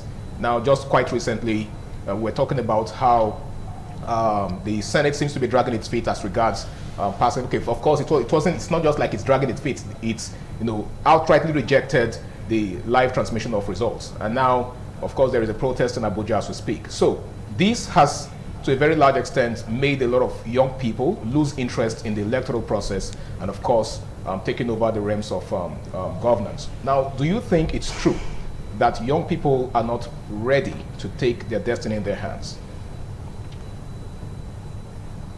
Are not ready to take the destiny of their life, or ready to take charge? Because having this three-way conversation with you, I don't see any agbada within them. We are all young people, by the grace of God. You talked about the protests at the Senate. The protests you see at the Senate are also very young people who are interested in what is going on in the chambers. But don't forget, before anything happens in the chambers, it has gone through different processes. The Senate president doesn't just sit and say he wants to make it. He has consulted the Senate members, the senators. They have sat down. Ad hoc committees might have been held. They've had, if possibly, an open hearing for the general public to bring their contributions. The thing is, it's only when the decisions are made that's when we come out to make it. But a lot of open hearings on health, on education, on politics, on all of these are also being held from time to time. But people don't come out to bring their contributions, except when the decisions are being made. Let me go back to your question. The youths are very involved. The reason why me and you are sitting here today is because the youth have started taking charge. And by the grace of God, I think the elderly ones are scared, because the rate at which the youths are going, we are going at a very rapid and fast pace. If you go to the House of Assembly, if you go to the National Assembly, that's the reps wing, all you will see inside there are very young people representing their constituencies. Very young people. I know about Belkuta, I know about Lagos, I know about Edo, I know about a lot of other states where you have young people who are saying what needs to be said, who are challenging the authorities and bills that are not relevant and bills that are not in the favor of the Nigerian populace. I can assure you, because all I have is assurance, because I have these experiences and I have seen that the youth are hungry, the youth are thriving, the youth want more. And one of the best things about this whole thing is that the president is aware. One of the reasons why the president is traveling up and down is because so he can bridge ties between more modern countries so that we can have partnerships to enable us get things that work. So the youth are pushing. Look at how we pushed for a new minister for defense, a very young man who has a lot of experience in the military. And now we are getting a headway with our crisis. That is because the youth spoke out. But what we can do is try and sensitize the youth from speaking online to an actual presence in physical, in politics, and be it anywhere. The youth are ready. The youth are not sitting down, I know the kind of conversations I have these days. They are merely with old people, but the youth who want to do better. And I'm assuring you that this next coming in politics election, the youth will come out en masse, because the youth are the ones running the game, and nothing, and I tell you, nothing is going to hold us back. Before we now delve into the whole godfatherism politics, let me still draft a question about the youth.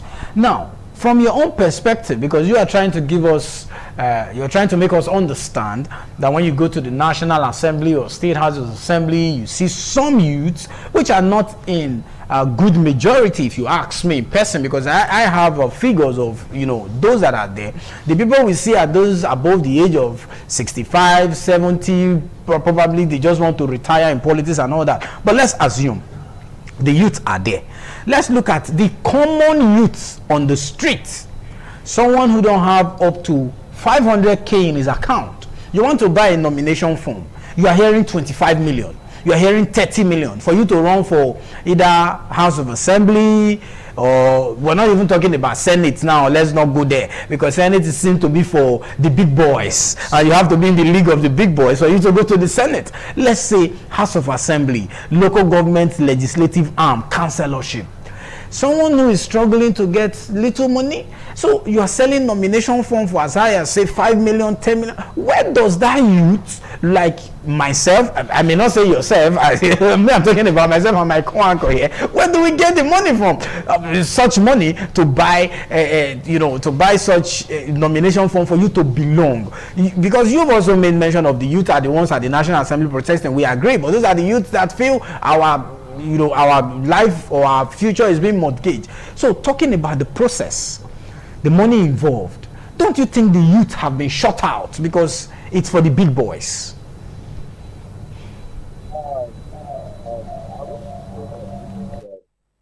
That notion that some certain arms of or level of politics are for the older generation or for the older men. It's not possible.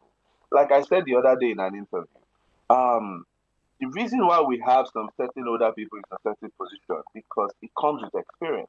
And experience can only be had with time, which causes aging, which also causes a lot of things. But don't also forget that we have young people who are running very key positions in this same government position. Let's look at the acquisition of firms and the rest. Don't also forget that to be in an elected position also comes with experience of leadership. So, which means you would have led somewhere, would have had the ability to lead, or would have been a leader somewhere because you are coming to manage the interest of a group of people, which means you have to have experience. In order to have experience, which means you will have a community of friends and family. These are the friends and family most times that you hear that friends and family came together to buy a nomination form for a candidate. And that is because, yes, these forms, if it's just readily available to the general public, obviously, all of us will go and buy form and it will be chaos. But in order for there to be order, I'm sure there is a reason why some things are put a certain way. Are the forms expensive? I think so. Are the forms expensive? Maybe not. But then again, it is left for determined selected few to purchase or to pursue that dream of being in an elected position. Yes, it might be dicey. The youth on the street need to, or the youth on the street need to have gone through some level or form of education or understanding of their own selves before they even say they want to become a politician or before they say they want to run for an elected office or become a councillor or anything. It is possible. Nothing is impossible. People should being in public office is not all enjoyment. You are there to serve the people. It is just because we have this narrative that if you go there, you are going to enrich yourself, and you are going to do this, and you are going to do that.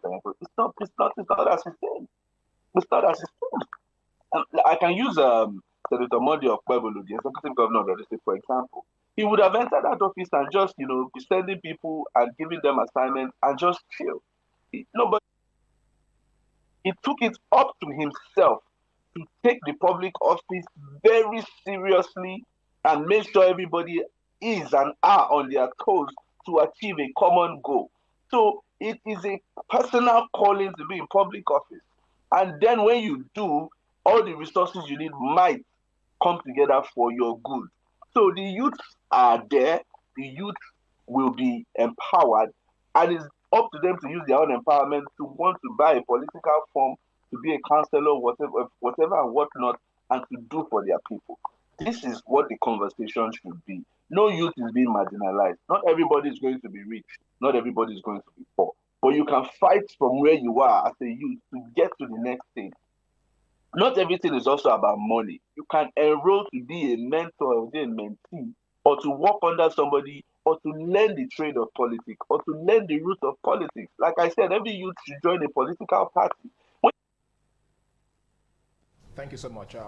I do understand that you said that not everything is about money, but one thing we can't rule out is the importance of money in our everyday activity. I mean, even the Holy Book, acknowledges that money answereth all things. Now, I think that's how we get into the Godfatherism part of this conversation. Godfathers exist for the purpose of funding the political ambition of their godsons or goddaughters, as the case may be. Now, let's examine what godfathers have metamorphosed into in our current, political dispensation. Today, godfathers have become like the, should I say, demigods, just like the name implies, as far as politics is concerned. They wield so much power that they determine who gets what. And if at any point in time their godfathers ever get, should I say, in conflict with them, it's shut down. We know what that means. So the question I would like to ask right now is it realistic for us to subtract godfathers from our political equation as a nation?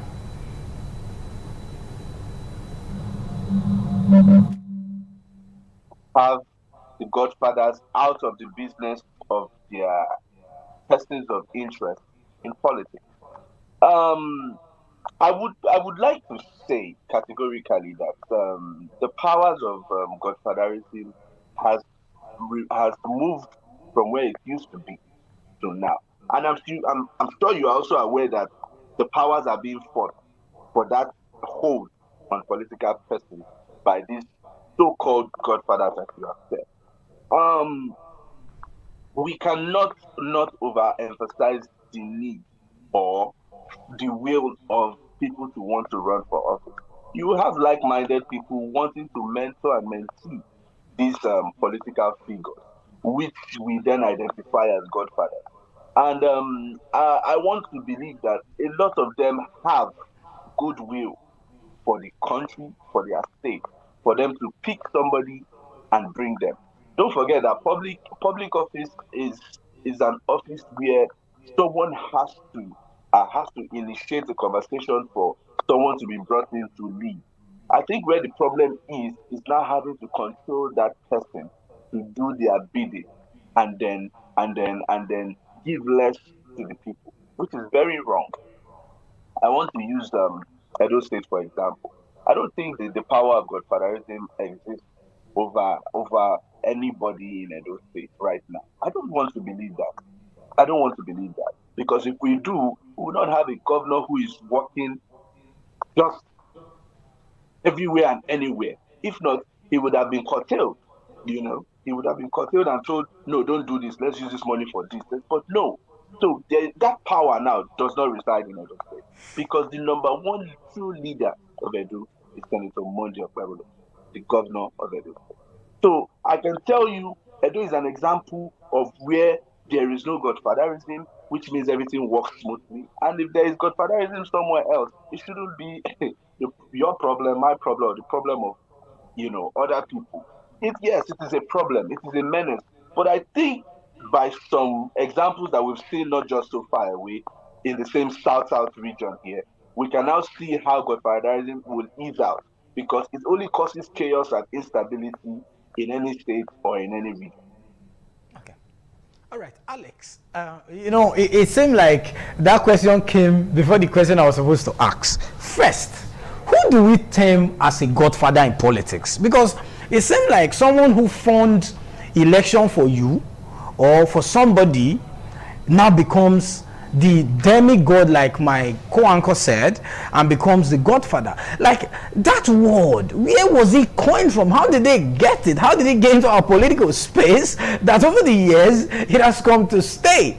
If at all it was coined from somewhere, who is really a godfather in politics? Who is a godfather? I think a godfather is a puppeteer. Someone who pulls the strings of another person, someone who controls, someone who manipulates, someone who is in the shadows, someone who tries to rigmarole their ways through the face of another person. I think that's the definition of a godfather. The question is that level of godfatherism beneficial to a state, beneficial to a person, beneficial to a country? I think it is only beneficial where there is experience poured from that person onto who is in charge. And that in that light, for them to be able to carry out their duties very smoothly. Honestly, I think that is what it is. just like you said, politics is an expensive business, in as much as we speak about it. It's an expensive business, and money has to be used to do some certain things, especially branding, communication, and all of that, in order to get in the visions and ideas of whoever is running for an office out there. So it takes an amount of energy and resources. So people come in to bring in this resource. Some of them come with genuine minds, some of them come with hidden agenda. It's that hidden agenda now that causes the trouble, that causes the problem. And and that is what it is. So who is a godfather? A godfather is a puppeteer who tries to manipulate or pull the strings of a political figure or a political person in power, and then have them do the bidding of their self and not the bidding of the state, the country, or community as a whole.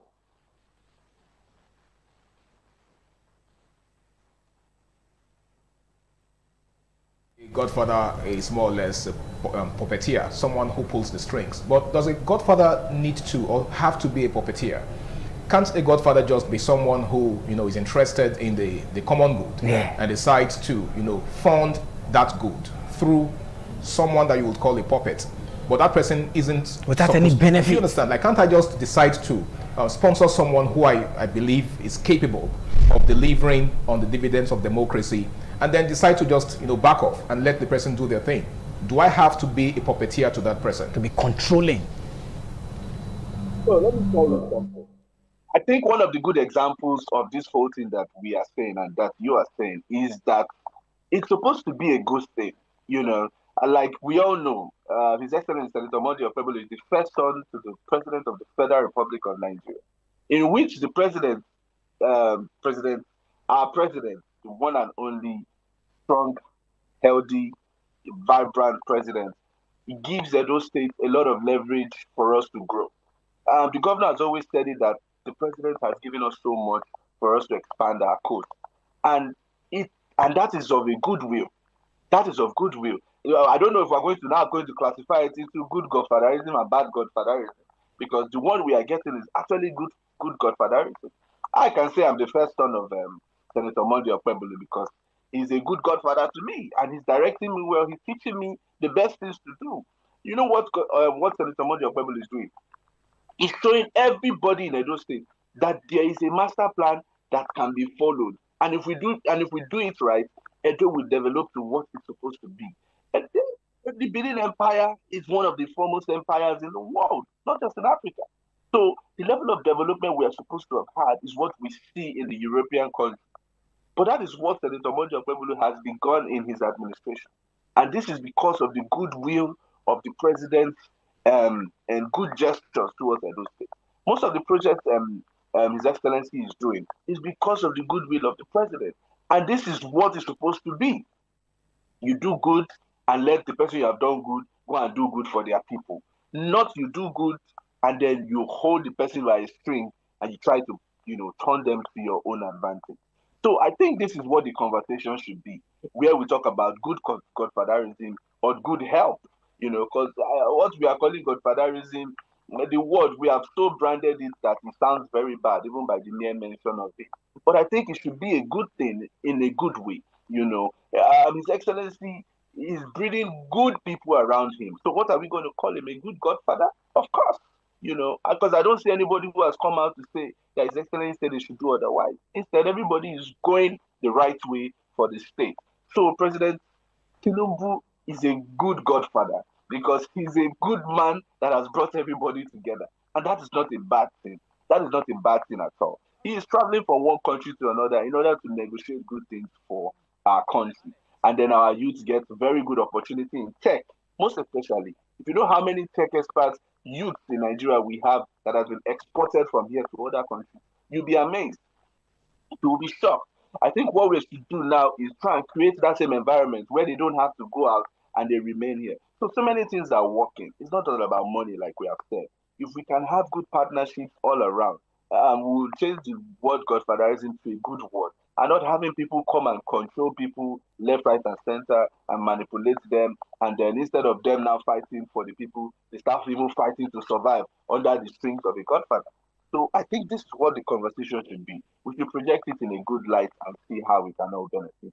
some good experience. Okay. Alex, if you can hear me, I know for sure you will not speak ill about your principals. So your conversation, you've been mentioning the president, the governor, of course, they are your principals. So you wouldn't speak ill about them, even if what they are doing is not right. You always speak good about your principals. But let's begin to wrap up the conversation.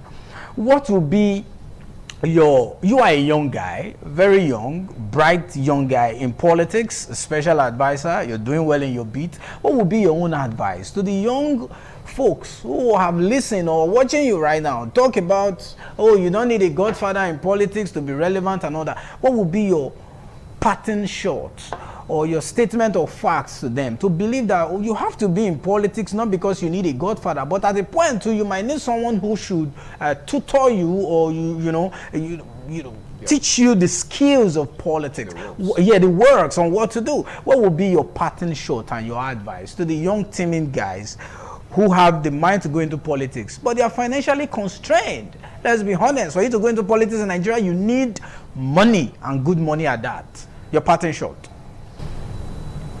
Thank you very much. Thank you very much. My parting word on this topic would be for every youth out there who wants to join politics. It's not about money. It's about service. In public service, you have to learn to serve the people, and in order to serve the people, you have to have learned from somewhere. You have to have been in a position of leadership. But to be in a position of leadership, you also have to go and learn, which means you have to look for a mentor. And I think the mentor in this whole conversation is the correct word to use instead of godfathers or godfathers. Look for a mentor in your local government, in your ward, in your unit. Look for someone to serve, because service breeds leaders. Service breeds leaders. So look for someone to serve. When you look for someone to serve, you will then be handpicked and placed in positions where you can function. And from there, you're beginning to have an understanding of what you can offer, what you can do for the people itself. So that is my advice to the youth and the young ones out there. Look for where to serve. If it pays you, fine. If it doesn't, learn and get the experience. In a CV, what we look out for in a CV is experience. What we look out for in a CV is experience. And in order to get that, as a young school start, young university chap, you can go and offer your services free of charge. Elections are coming up. A lot of politicians are out there. Look for who to offer your services to and see how you can gain experience or climb up the ladder or aspire to be a councillor or to be in a position of leadership.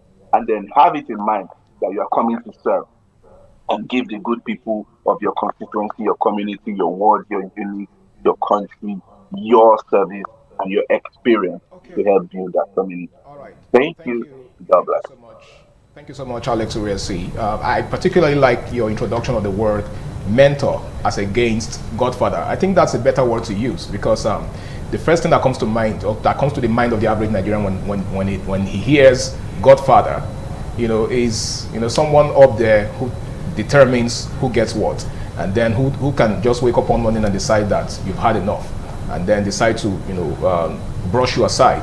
Well, a very big thank you to you, Alex Uriasi, for engaging us this beautiful morning. It's still TMI on Independent Television. We shall be going on this break. The program continues afterwards. Please stay tuned.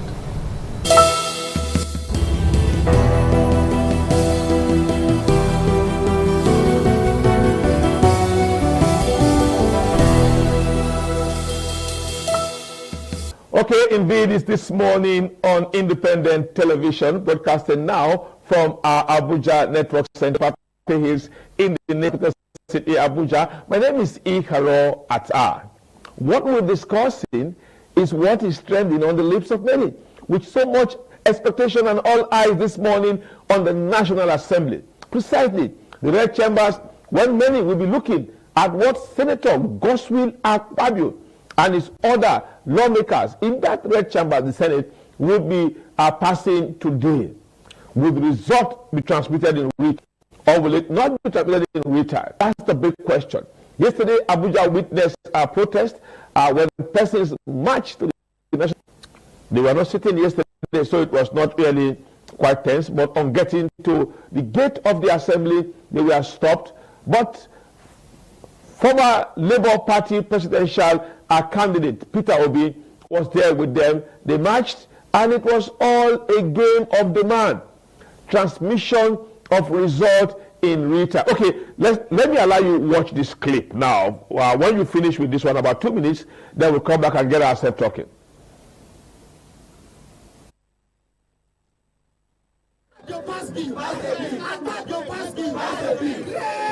Are you ready to march to the National Assembly?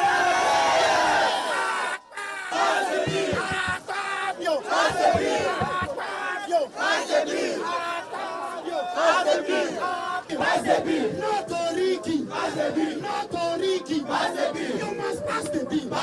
Attack your pass bill. Attack your pass bill. Nigerian people.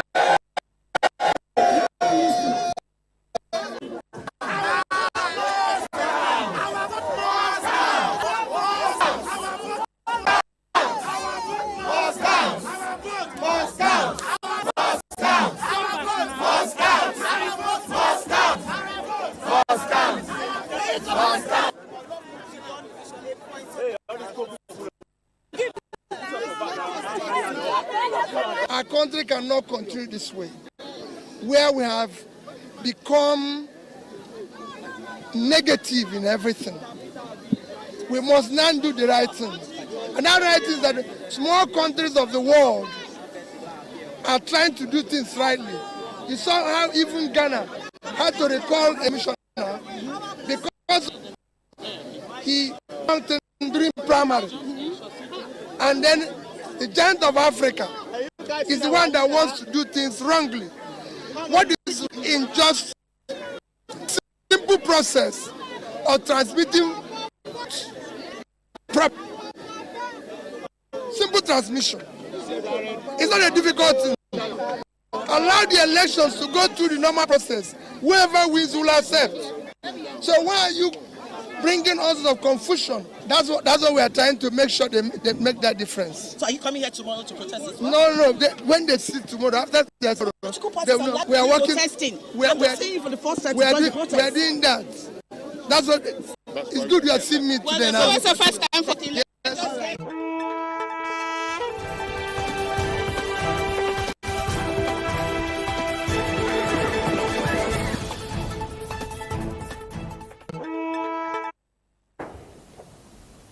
Okay, very much thanks there. That's Mr. Peter Obi.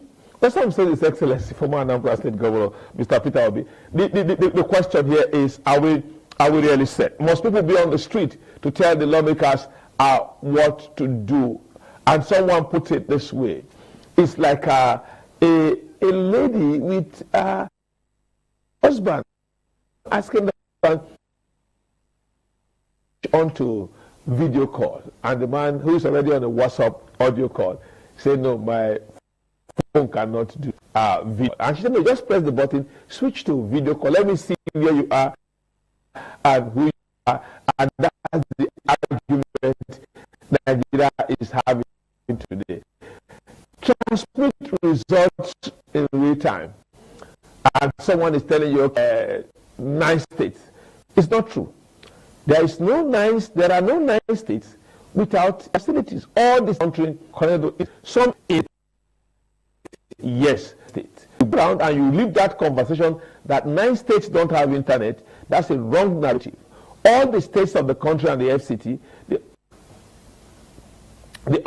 all have internet facilities. So you cannot say it's just 9 states. If our guest is ready on Zoom, Chinedu Obi, National Chairman of the National Rescue Movement. Let's quickly, okay, thank you very much. Mr. Chinedu Obi is there with us. If you can hear me clearly, Mr. Chinedu Obi, the National Rescue Movement, National Chairman, please, we want to quickly get your thoughts on this. We'll also be joining Eke Sam to actually also get his own opinion of this. What is your take on all of this struggle, on what we are going through at the moment? Should we be going through all of this, begging and fighting to transmit results in real time? Mr. Chinedu, what's your take? Well, it's very unfortunate that every day the National Assembly, particularly the Senate, have an opportunity to rediscover itself. It betrays the confidence of Nigerians. All stakeholders across all the meetings held with stakeholders on electoral reform were unanimous that real-time transmission of election results is the way forward. Of course, that was the only snag we had in the last election. If you have followed the electoral process over time, you discover that the last election provided the greatest opportunity. Before the election, the average Nigerian that didn't have any belief in the process had the cause to believe in it because INEC presented itself as an organization that would be transparent, credible, and went to a large extent to reduce the apathy we used to have. Now, what was the clog was the poor transmission, the so-called glitch that now eroded the confidence of Nigerians. And we found out this would have been an opportunity to reverse that situation and build the confidence of Nigerians. So it's very unfortunate that the Senate refused to take advantage of that. And our appeal is that we now take advantage of the harmonization between the House of Reps and the Senate to repair this damage, so that we can once again build the confidence of Nigerians that the electoral process will be transparent, that our votes will count. I don't think that Senate requires any other persuasion to realize that this is the way forward to deal with the trust deficit that already exists within the system.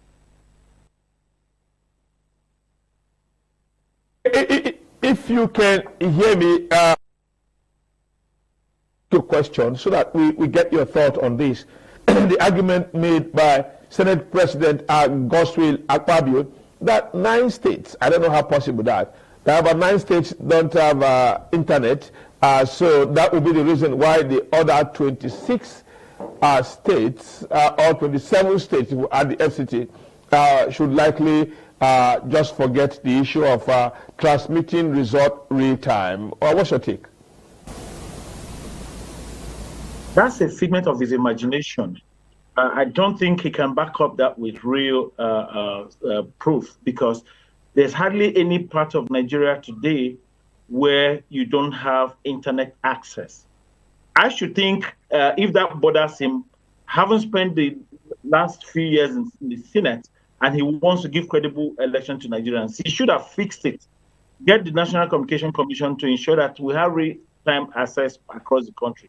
But I can assure you that the way the system works, if you transmit anything, there are times if you check, you send a document to anyone, it's sent.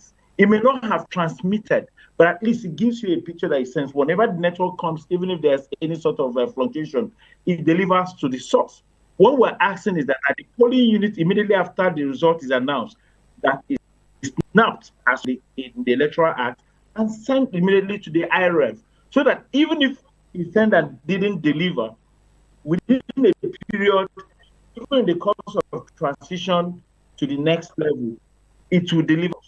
What the Senate President is saying is that he doesn't have the trust that he will win election if he goes for re-election. His opportunity where he can manipulate us. But otherwise, that argument does not hold water.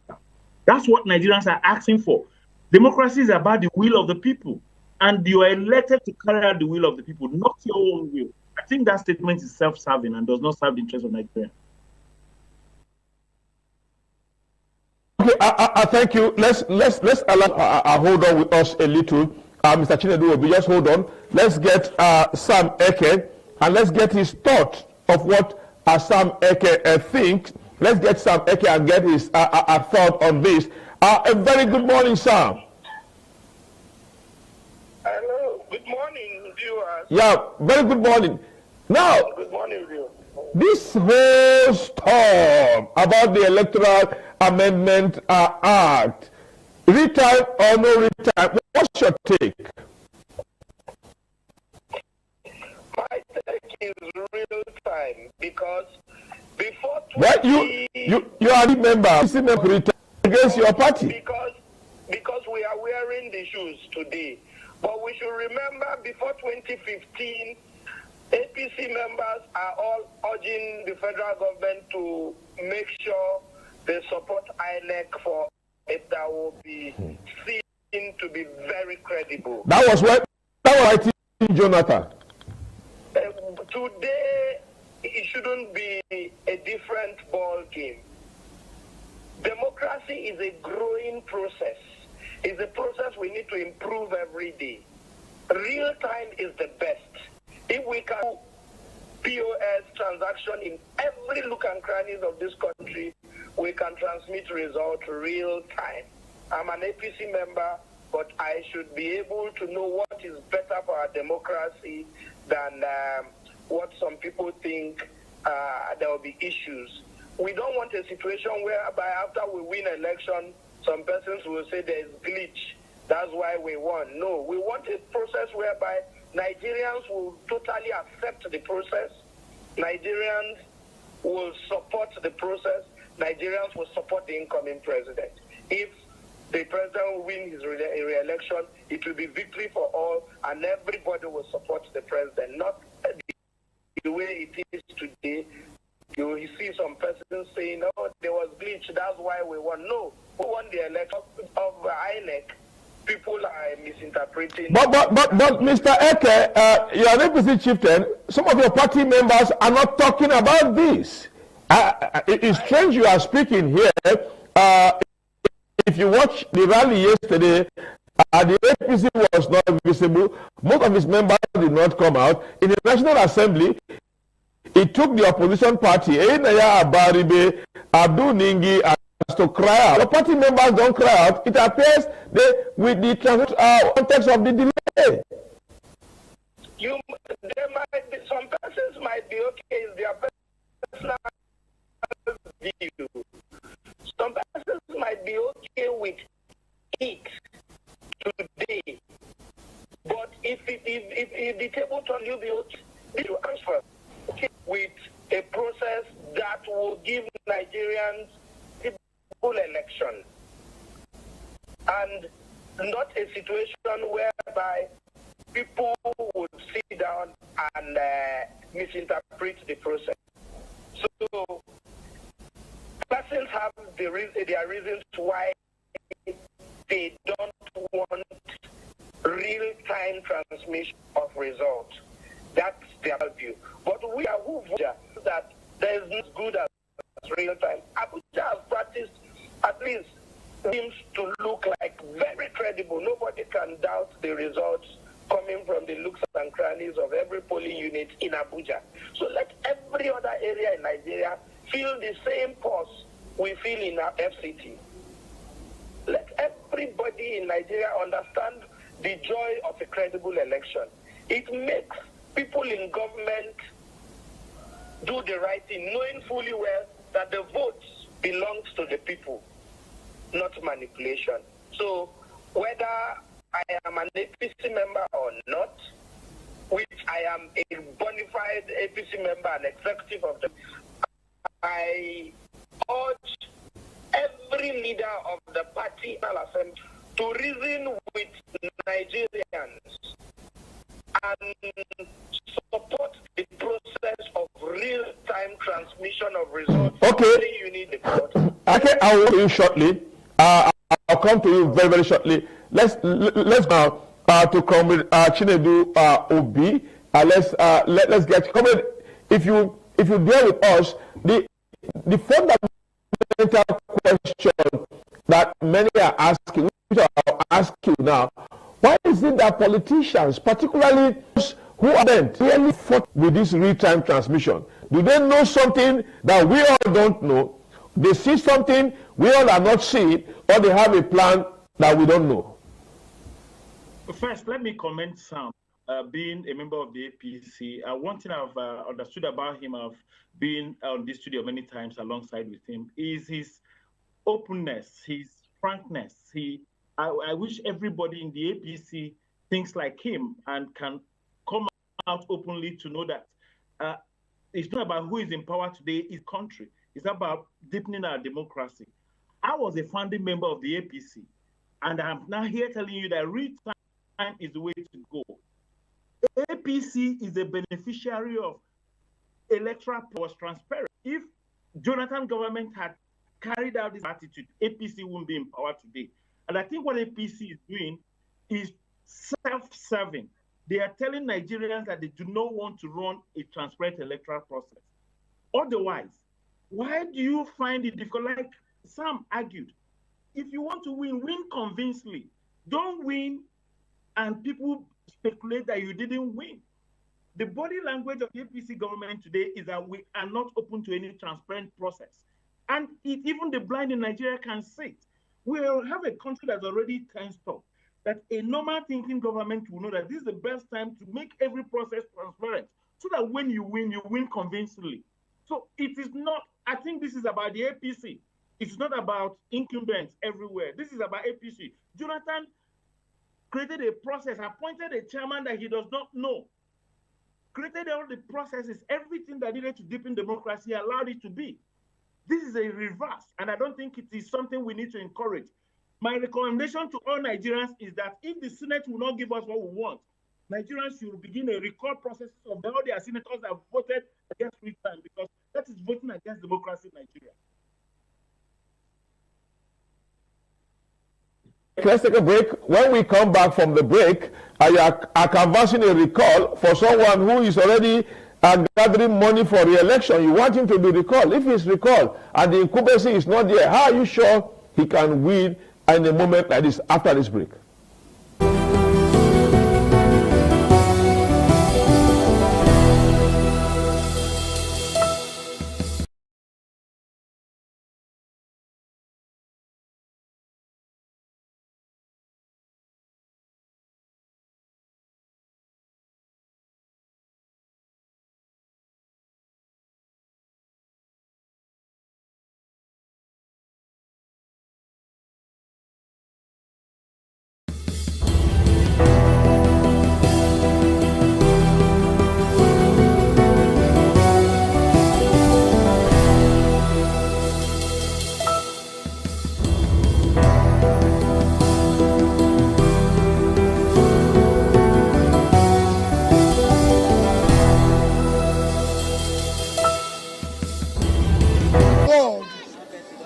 Are trying to do things rightly. You saw how even Ghana had to recall a high commissioner because of he did the wrong thing during primary.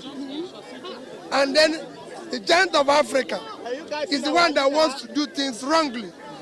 What is wrong in just a simple process of transmitting votes properly? Simple transmission. It's not a difficult thing. Allow the elections to go through the normal process. Whoever wins will accept. So why are you bringing all sorts of confusion? That's what we are trying to make sure they make that difference. So are you coming here tomorrow to protest as well? No. When they sit tomorrow, after they are sitting tomorrow, we are working. We are doing that. That's what it's good you have seen me today now. So it's the first time for everything. Yes. Are you ready to march to the National Assembly?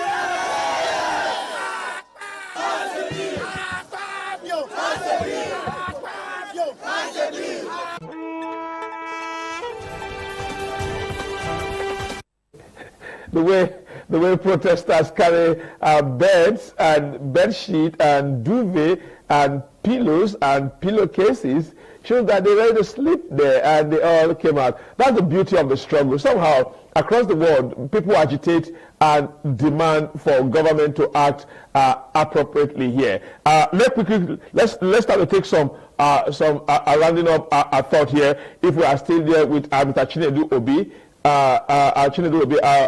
ask him here. If you watch that clip we just played of Mr. Peter Obi yesterday, he said the word, we can't continue like this as a nation. We must do the right thing. Smaller countries are gone. They are gone far beyond this. Are you sure, Mr. Chinedu Obi, that we are ready for this? Actually, Nigerians are ready for change. That is why you go all over Nigeria, you find that the language is the same. I'm also very happy we're now finding APC progressives who also feel the same thing Nigerians feel. Before you ended, you talked about people gathering resources for the next election. My recommendation will achieve, even if they frustrate it, is to pass a vote of no confidence on them, because the idea of elective democracy is that you carry the will of the people. And if they take away the will of the people, you're empty. It's important that the entire world know that the people that are there are not self-serving, they're not serving the interests of the people, because You want job. When you hear my people want, that's what we expect of all the legislators we have in the National Assembly. And not just because you know you can't win election and then you want to impose a poor process on the entire country.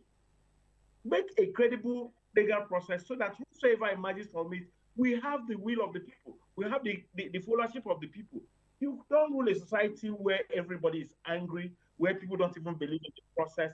That's at the root of the situation we have found in the country today. We have somebody who had won just at 3% of Nigerian votes. And I think future legislation will even define whosoever will win Nigerian leadership should be able to have at least of Nigerian votes. Thank you very much, National Chairman, National Rescue Movement. We thank you for sharing your thoughts, and we're very, very grateful. We'll take the last thoughts of our comment. Thank you very much for your in-depth, and we pray that our nation turns out better for it. Thank you for sharing your thought with us. Thank you very much. Thank you. Okay. Quickly, let's go over now to Sam Eke. And I want to ask Sam a question. You've been commended by our other guests. Are you not, Mr. Sam, if he's not playing anti-party? Because many persons in his party don't share the thought he's sharing. They don't speak to it. Even the parliamentarian in APC don't speak to it. I want to find out why Mr. Sam Eke is towing that path that many in his party don't dare go. And one cardinal fact is that they are demanding that Nigerians should get what they deserve. That is real-time transmission of results. You can't finish a process where results are not transmitted on time. And that's what they shared yesterday. And yesterday, when the protesters go there asking, well, the moment election finishes, then the returning officer for the polling unit must quickly upload the result. And like what some categories of persons argued yesterday, that once this one is tackled, then you will now move over to now be tackling vote buying. You can't sit down and let vote buying be tackled by the police. Should they be that serious to do it? Not be serious to do it, then let the result be transmitted first for now. When that is done, then the crowd cannot gather and I say, yes, guys, want to. Then one other person who appears corrupted, he says, look, with this real-time transmission, the politicians will now spend more money on vote buying. Okay, we are not been able to connect with Mr. Eke. We are hoping that we could do that to just take his final thought on the matter. But if not, we thank you very much, Mr. Sam Eke, for sharing your thought with us. And APC shifted. The only one I have seen for now, saying, look, we want result transmitted real time. Nobody in APC has come. The party has been very quiet. The lawmakers have not come out to endorse it. Gospel Akpabio have not. Thank you very much, Comrade Sam Eke, for that bold balance thought. I just hope your party members will not accuse you of anti-party activity or going against the will of the party, particularly when you are an executive member in Abuja's APC chapter. Thank you very much. Thank you for staying with us. We'll take a break. When we return from the break, we'll be handing you over to our Lagos Network Center for the continuation of the program this morning on ITV.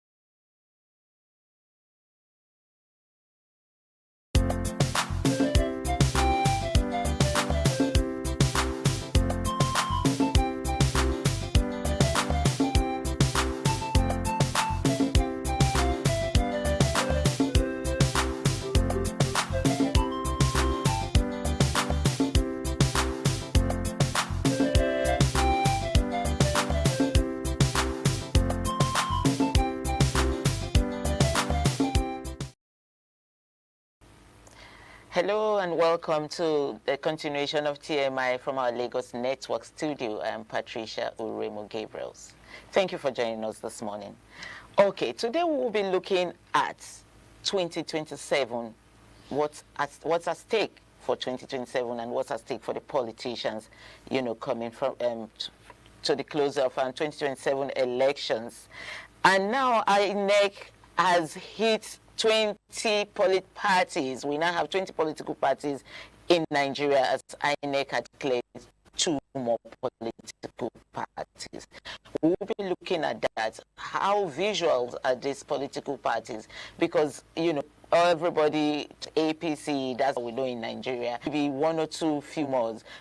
We never know that we have up to 20 political parties in Nigeria. We're going to be at all the morning, but I'll be doing this alone. I'm not going to be talking in the studio alone. I have with me in the house, because also we have a Zoom guest who will be joining us from Abuja via Zoom. We have here Mr. Tony Nwaje. He is a political analyst. Mr. Tony, welcome to the program. Yeah, good morning. Thank you, as always. Okay, so we have BAM. So I hope I got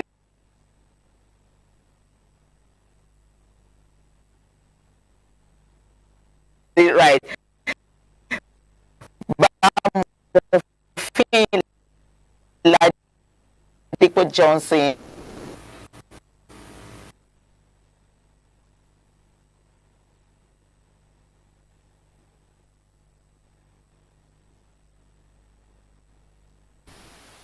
Yes, I can. Oh, yes. There's the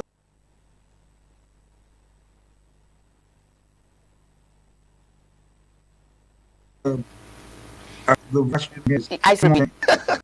Yes. If you can.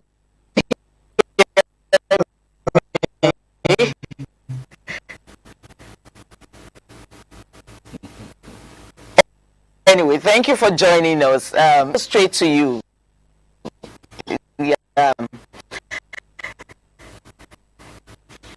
Let's ask about your party, NNPP. You have other political registered by INEC, and as of today we see political parties. Is your party's to this forthcoming, and how do other 20 political parties try to you, or you're standing by, ready to go elections?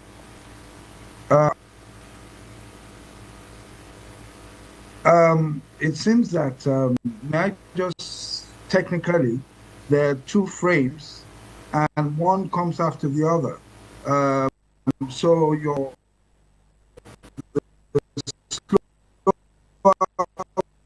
one is clashing with the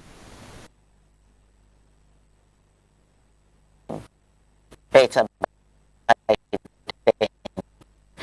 Let me come back to you, Mr. Tony, here in the studio. Signify the 22 elections. Does it see any difference? Because almost all the governors have defected to APC, and we are just hearing we have 20 political parties. Does it signal any difference? Will it, make any difference in 2027 elections? I don't think so. What in political parties is enough. What Nigeria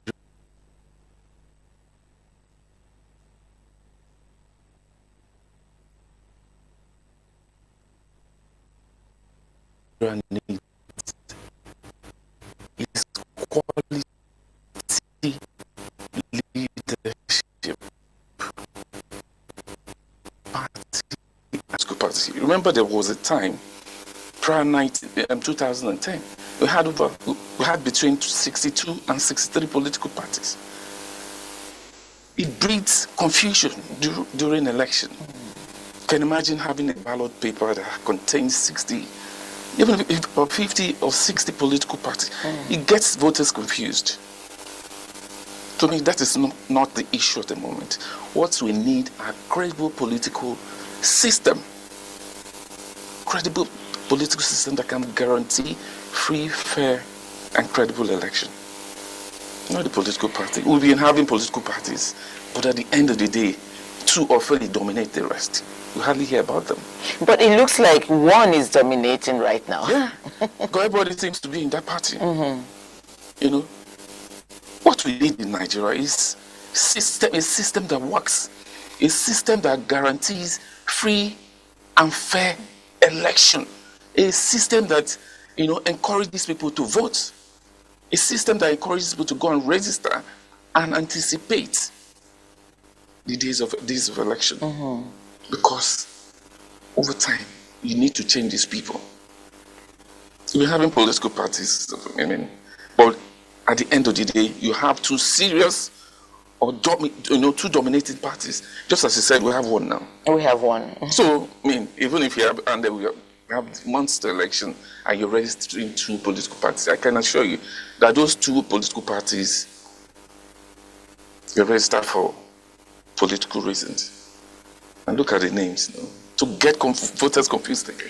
I don't want to ask you what those reasons are, but we'll come back there.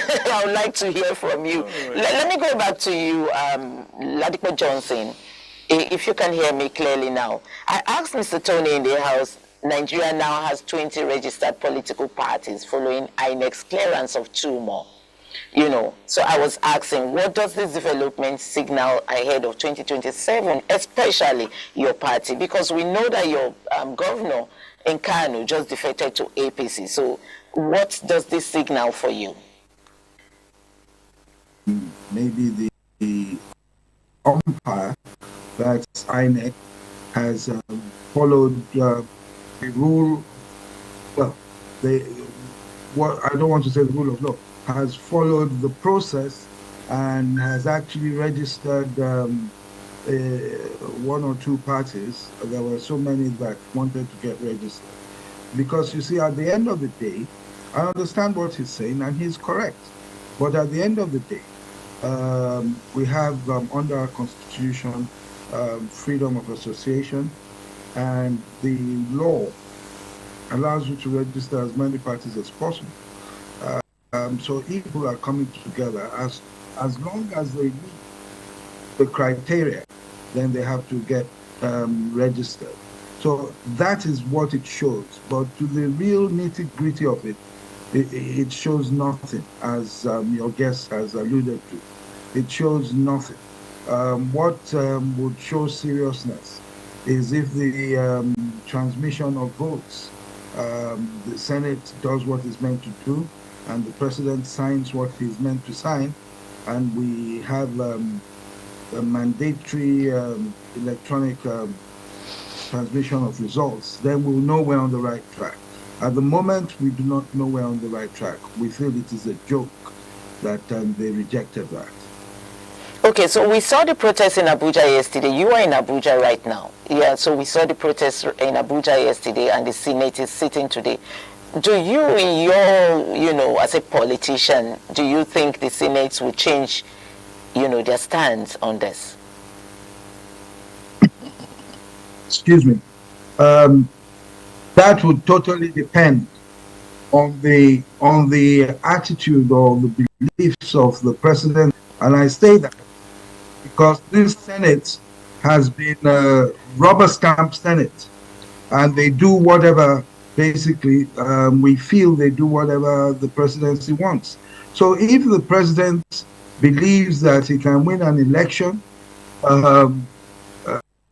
with the electronic transfer of votes, then they'll do it because they've seen that there's been an uproar by Nigerians. But if they feel that they won't do it, and they believe usually that, look, no matter what you say, we'll do what we want. That's the attitude you get from this government. Okay, let me come to you, Mr. Tony. Historically, has an increase in political parties improved governance of voters' choices in Nigeria? You were saying something, and I said I was going to come back to that. you were talking about. Yeah, like I said before, one is registered as Nigerian Democratic Congress, NDC, ADC. Why is it coming now? I mean, a lot of people drop application for registration. You just said that. I mean, we were approved, just 2. You know, when politicians takes a step, watch that move. It's just like a chess game. There are motives around it. Why are you resting political? I mean, just as I said, you have the right to register with political parties, freedom of association and all that. But do we need it now? We don't need it now. For me,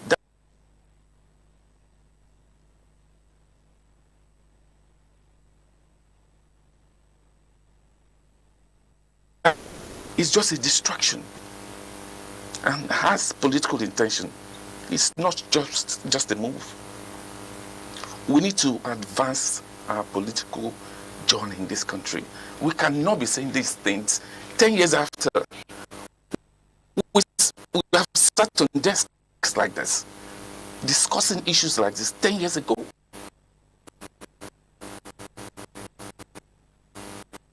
Are we making progress? No. For me, political party registration is not the issue. Issue is, it's credible election.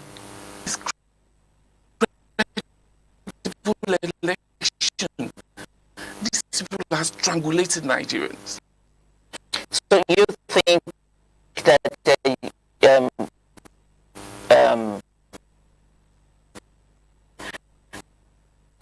registration is coming up? We're not forming a coalition. And you just created another one called NDC. When people goes out there to vote, there's going to be confusion on this. We don't need this. Politicians don't just take... I mean, I want to appeal to the current INEC chairman. Nigerians had high hopes when his name came up. We thought he's going to do things differently. But I'm not so certain he's going to be different from what he had before. The steps he's taking at the moment are not encouraging. Look at political parties. Look at the crisis around it. He has not spoken tonight. We need to hear him and analyze him, profile him. The steps he's taking so far is not encouraging at all. It's not encouraging. What Nigeria needs today, what Nigerians need today is something that can guarantee them that when election come in 2027, people's votes will be counted. People will be respected. Leadership we want will be the one that, that we declared victorious at the end of the day, not imposed, because our system has been compromised. We need to do things. It's frustrating. We cannot be saying the same thing all the time. Tomorrow we're going to say this again. I mean, the voice I used to definitely be different.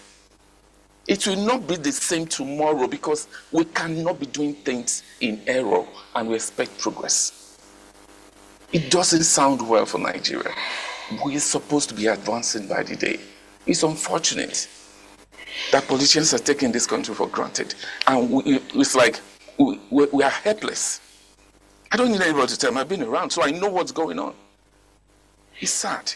It's sad and it's unfortunate. It's not about political parties as far as I'm concerned. It's not about political parties. It's not about political parties coming from Mr. It's about the leadership. About the leadership. Okay, let's go back to you, Ladipo Johnson. You are in NNPP, and very recently we saw the defection of one of your governors to the APC party. So with more of these political parties on the ballot in 2027, what distinguishes your party from others? I'm talking about our party now. We all know we are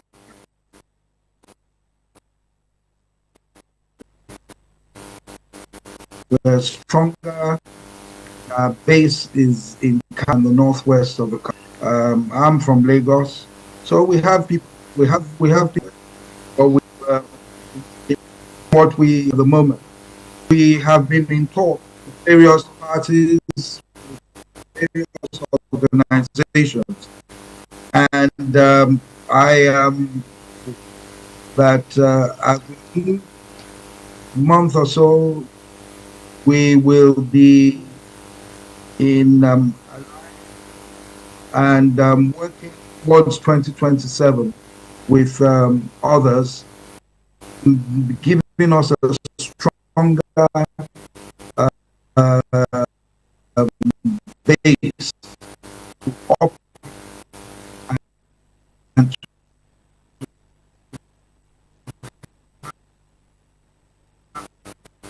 of an influence in the election. So that is where we are at the moment. Yes.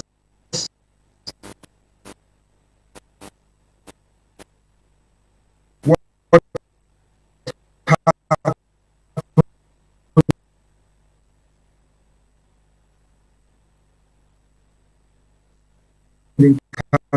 happen, but it hasn't stopped us, especially at the national level, from towards alliance and getting 2027. I assure that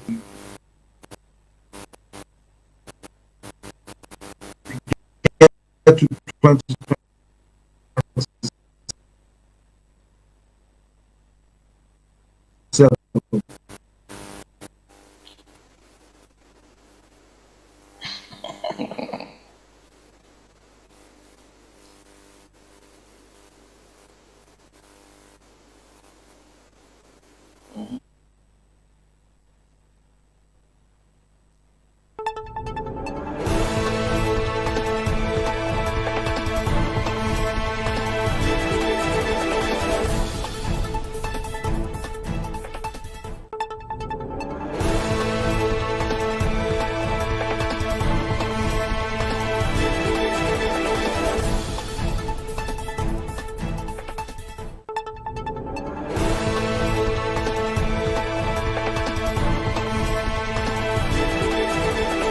My guest yesterday also said to me, he was talking to the voters, when you go to vote, don't close your eyes, don't blink your eyes. Anything can happen in just a minute in Nigeria politics. So what's your take on his words? He hasn't said no. What do you think? I think do you think that could happen? It's possible. We're talking about politics here. A lot can still happen between now and next year. A lot. And Kwankwaso is not a pushover, when it comes to, Kano politics and Nigerian politics, I've heard so different rumors. In fact, I thought you were going to the other one I heard, I was going to fly with presidential candidate of, former presidential candidate of the Labour Party, Peter Obi, then I'm hearing this with the president. So the possibilities are there. It tells you that it's not a pushover. He's strong politically, but what I pray happens at the end of the day is that whoever is going to come out, any arrangement they are going to make, that Nigerian people will stand to benefit from it. That Nigerian people, they should think about the benefits. The people, the electorate stands to gain in all this. When it comes to NNPP, they are strong. You can't. That's why I was surprised with what's going on in Kano. I don't know how the president was able to pull, make that move in Kano, but I know that next election, a lot will happen there. Except at the end of the day, Kwankwaso decides to go on the, same path to the president. Otherwise, they may reclaim the state. It's not about a governor being in a party. It doesn't guarantee election victory. The man who is in charge of NNPP in Kano, he stays strong and he has massive supporters. And a lot didn't go with the governor. So I would like to see what happens between now and 2027 election. I know something massive is going to come out of it. But our politicians to be very careful. You don't toy with the with the choice of the people. People voted you and your political party. Because what happened in Kano is happening in my, happened in my state. And then just overnight, you're telling them we're moving here without even consultation. Kano's case was actually... people during election in 2027, totally going to be different. It's going to be between the people and APC. It's going to be between the people and the APC because the step they're taking at the moment is not it's not something one can is proud of. Oh my God! We don't want to even participate. We don't. Okay, let me go back to Mr. Johnson Ladipo. Let me ask a particular question that has actually been bothering me, and I'm sure bothering a lot of Nigerians. Is Mr. Johnson okay? If you can hear me, yes, okay. Is Nigeria truly practicing a multi-party democracy now? Because we see everybody defecting to APC. So do you think we still have the multi-party democracy with all these registrations of parties? Is it just names, just putting the names out there?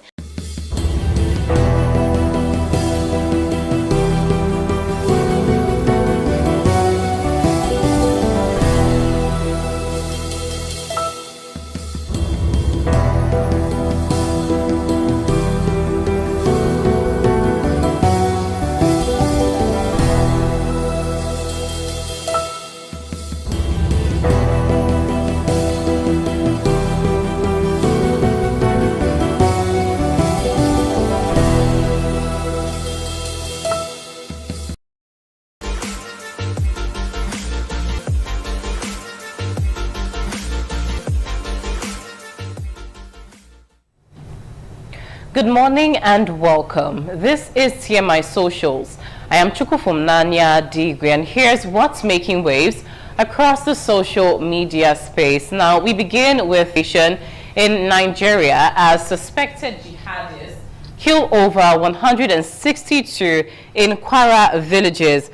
Now, an update on this happening that occurred between February 3 and 4, where the suspected jihadist militants attacked 2 villages in Kwara State, killing at least 162 residents, mostly Muslims, after communities reportedly resisted demands to renounce democratic governance for strict Sharia rule.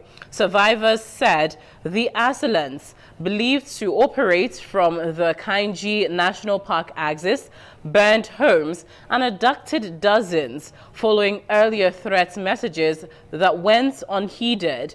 President Bola Tinubu blamed a Boko Haram-linked faction and ordered a security surge operation, Savannah Shield, as Nigerian authorities and the UN condemned what is being described as one of the deadliest attacks in recent years, highlighting growing jihadist threats in the region.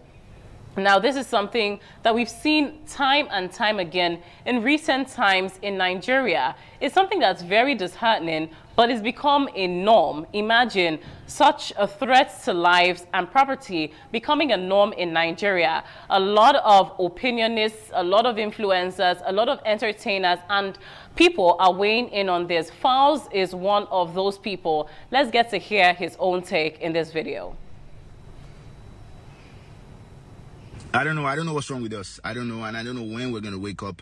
I don't know. I really don't know. The other day, nearly 200 people were killed in Kwara. President just came, released statement, normal statement. Oh, I'm saddened by the... Bro, who has been arrested? Who has been prosecuted for this? Nobody. Nothing. Just carry on. No, I've sent... You are always sending people. What are they doing? Nothing. They're killing scores and scores of people every day. But today, people will go to church. Your religious leader, Daddy Gio, Papa, he will tell you to sit down there and pray. Pray that God will come and save you. They've started campaigning for the next elections. Quote unquote, relax. Tinubu is fixing Nigeria. Tinubu is fixing Nigeria. He is? Okay. They've announced coordinator for the East, for the West, for the South. Now, these guys will still go to these same churches, and your Papa, your Daddy Joe will allow them on the pulpit to campaign to you, and will convince you that you should vote for this same evil. And you too, in the same cycle, in the same pattern that they've used it for years. You too, you will follow suit and you will vote. Papa did not tell you that currently the Senate is refusing to adopt a resolution amending the Electoral Act to allow for real-time transmission of election results because they know it will not allow them to be able to rig. Papa will not tell you that one. Papa will just tell you to sit down there and wait and pray for spiritual solution. No problem.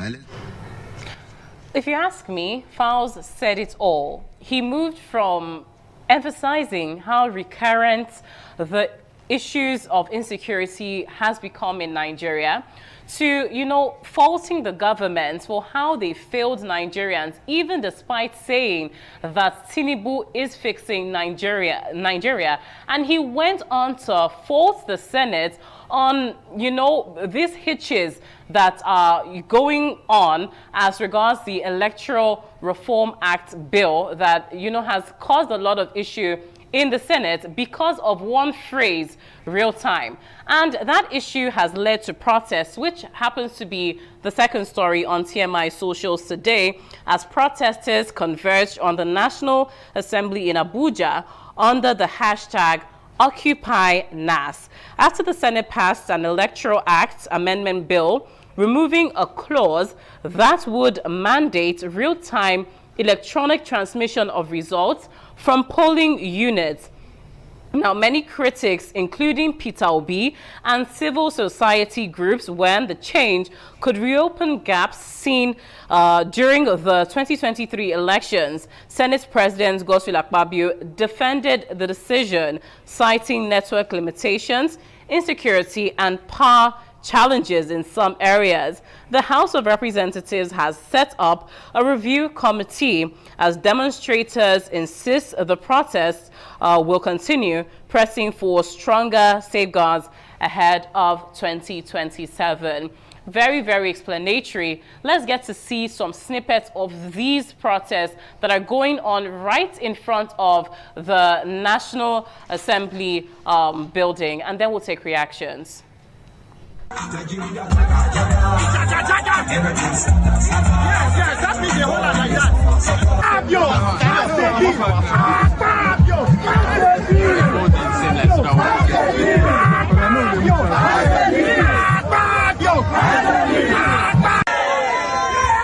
Nigeria people, you are the real distinguished Nigerians. These are honorable Nigerians. What do we want? Our vote must. Our vote must. Are you ready to march to the National Assembly? Akpabio. Akpabio. Akpabio. Akpabio. Akpabio. Akpabio. Akpabio. Akpabio. Our vote must. Our vote must. Our vote must. Akpabio. Akpabio. Akpabio. Akpabio. Akpabio. Akpabio. Akpabio. Are we lazy? No. Are we lazy? No. Are we tired? No. Are we criminals? No. Are we bandits? No. Our vote must. Our vote must. My vote must. Your vote must. Your vote must. Akpabio. Akpabio. Akpabio. Akpabio. You must pass the bill. You must pass the bill. Electronic bill must be mandatory. Committee members Simon Lalong, Reti King Ibe, Daria King Dixon, Yara Dua, Oshomole, pass the bill. Committee members Bayo Balogun,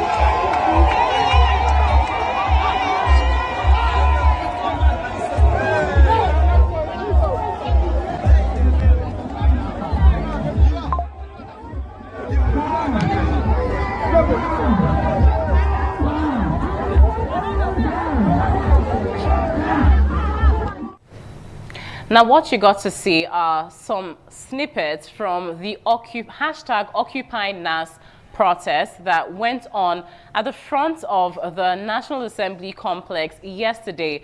I wonder if it's still going to go on today. Well, it's elicited a lot of reactions from the social media space. Let's see those reactions. Now, this first commenter says, "Enough is enough. The Nigerian people are demanding real-time transmission of results and comprehensive electoral reforms. Our votes must be protected, our results must be respected, and our elections must be free, fair, and transparent. We say no to glitches, no to rigging, and no to stolen mandates. Democracy belongs to the people, and the people's votes must count. Arise and shine, Nigerians. A new Nigeria is possible." Let's take another comment now. This commenter says, "How can I explain this? A Senate president of Africa's third largest economy with GDP of about $335 billion, world 15th largest oil producer with top major tech unicorns, stood on a stage and said, 'No network in 9 states, so we scrapped electronic transmission of results. Jesus Christ.'" Let's take the final comment from another netizen.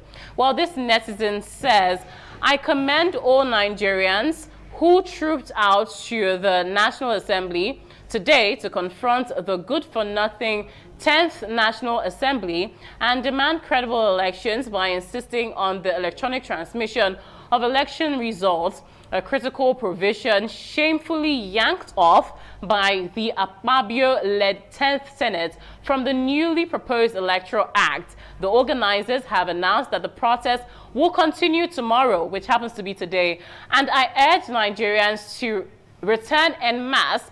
We must be at the barricades again, louder, stronger, and more determined. Thank you all for the great job done today. A luta continua. Hashtag revolution now." That commenter happens to be Omoyele Shuri. Yes, and here's where we draw the curtain on TMI Socials today. Thank you so much for joining in. We'll now rejoin the TMI crew. Bye for now.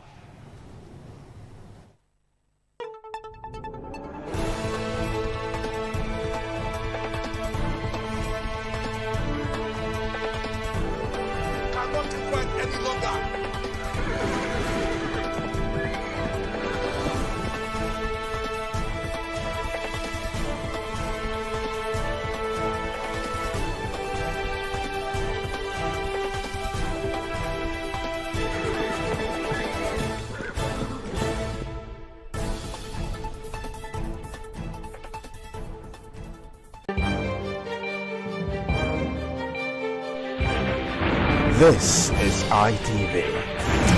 Certainly the best.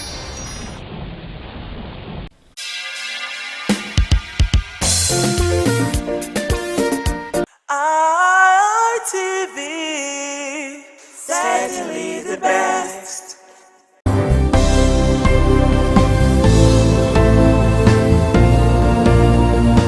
Thank you very much for joining us on the program, Healthy Living. What is the kidney? The kidney is an excretory organ in the body, which is for metabolism. Tuberculosis affects many organs in the body, but the common ones it usually affects is the lungs. Epilepsy is a neurological problem. Okay. It is an injury in the brain, which causes someone to begin to convulse, to go into fits. It is curable, but the cure is a long-term thing. If you eat well and avoid those risk factors that will make your immunity to be down, then the risk of contracting tuberculosis will be reduced. If you're healthy, then you're wealthy.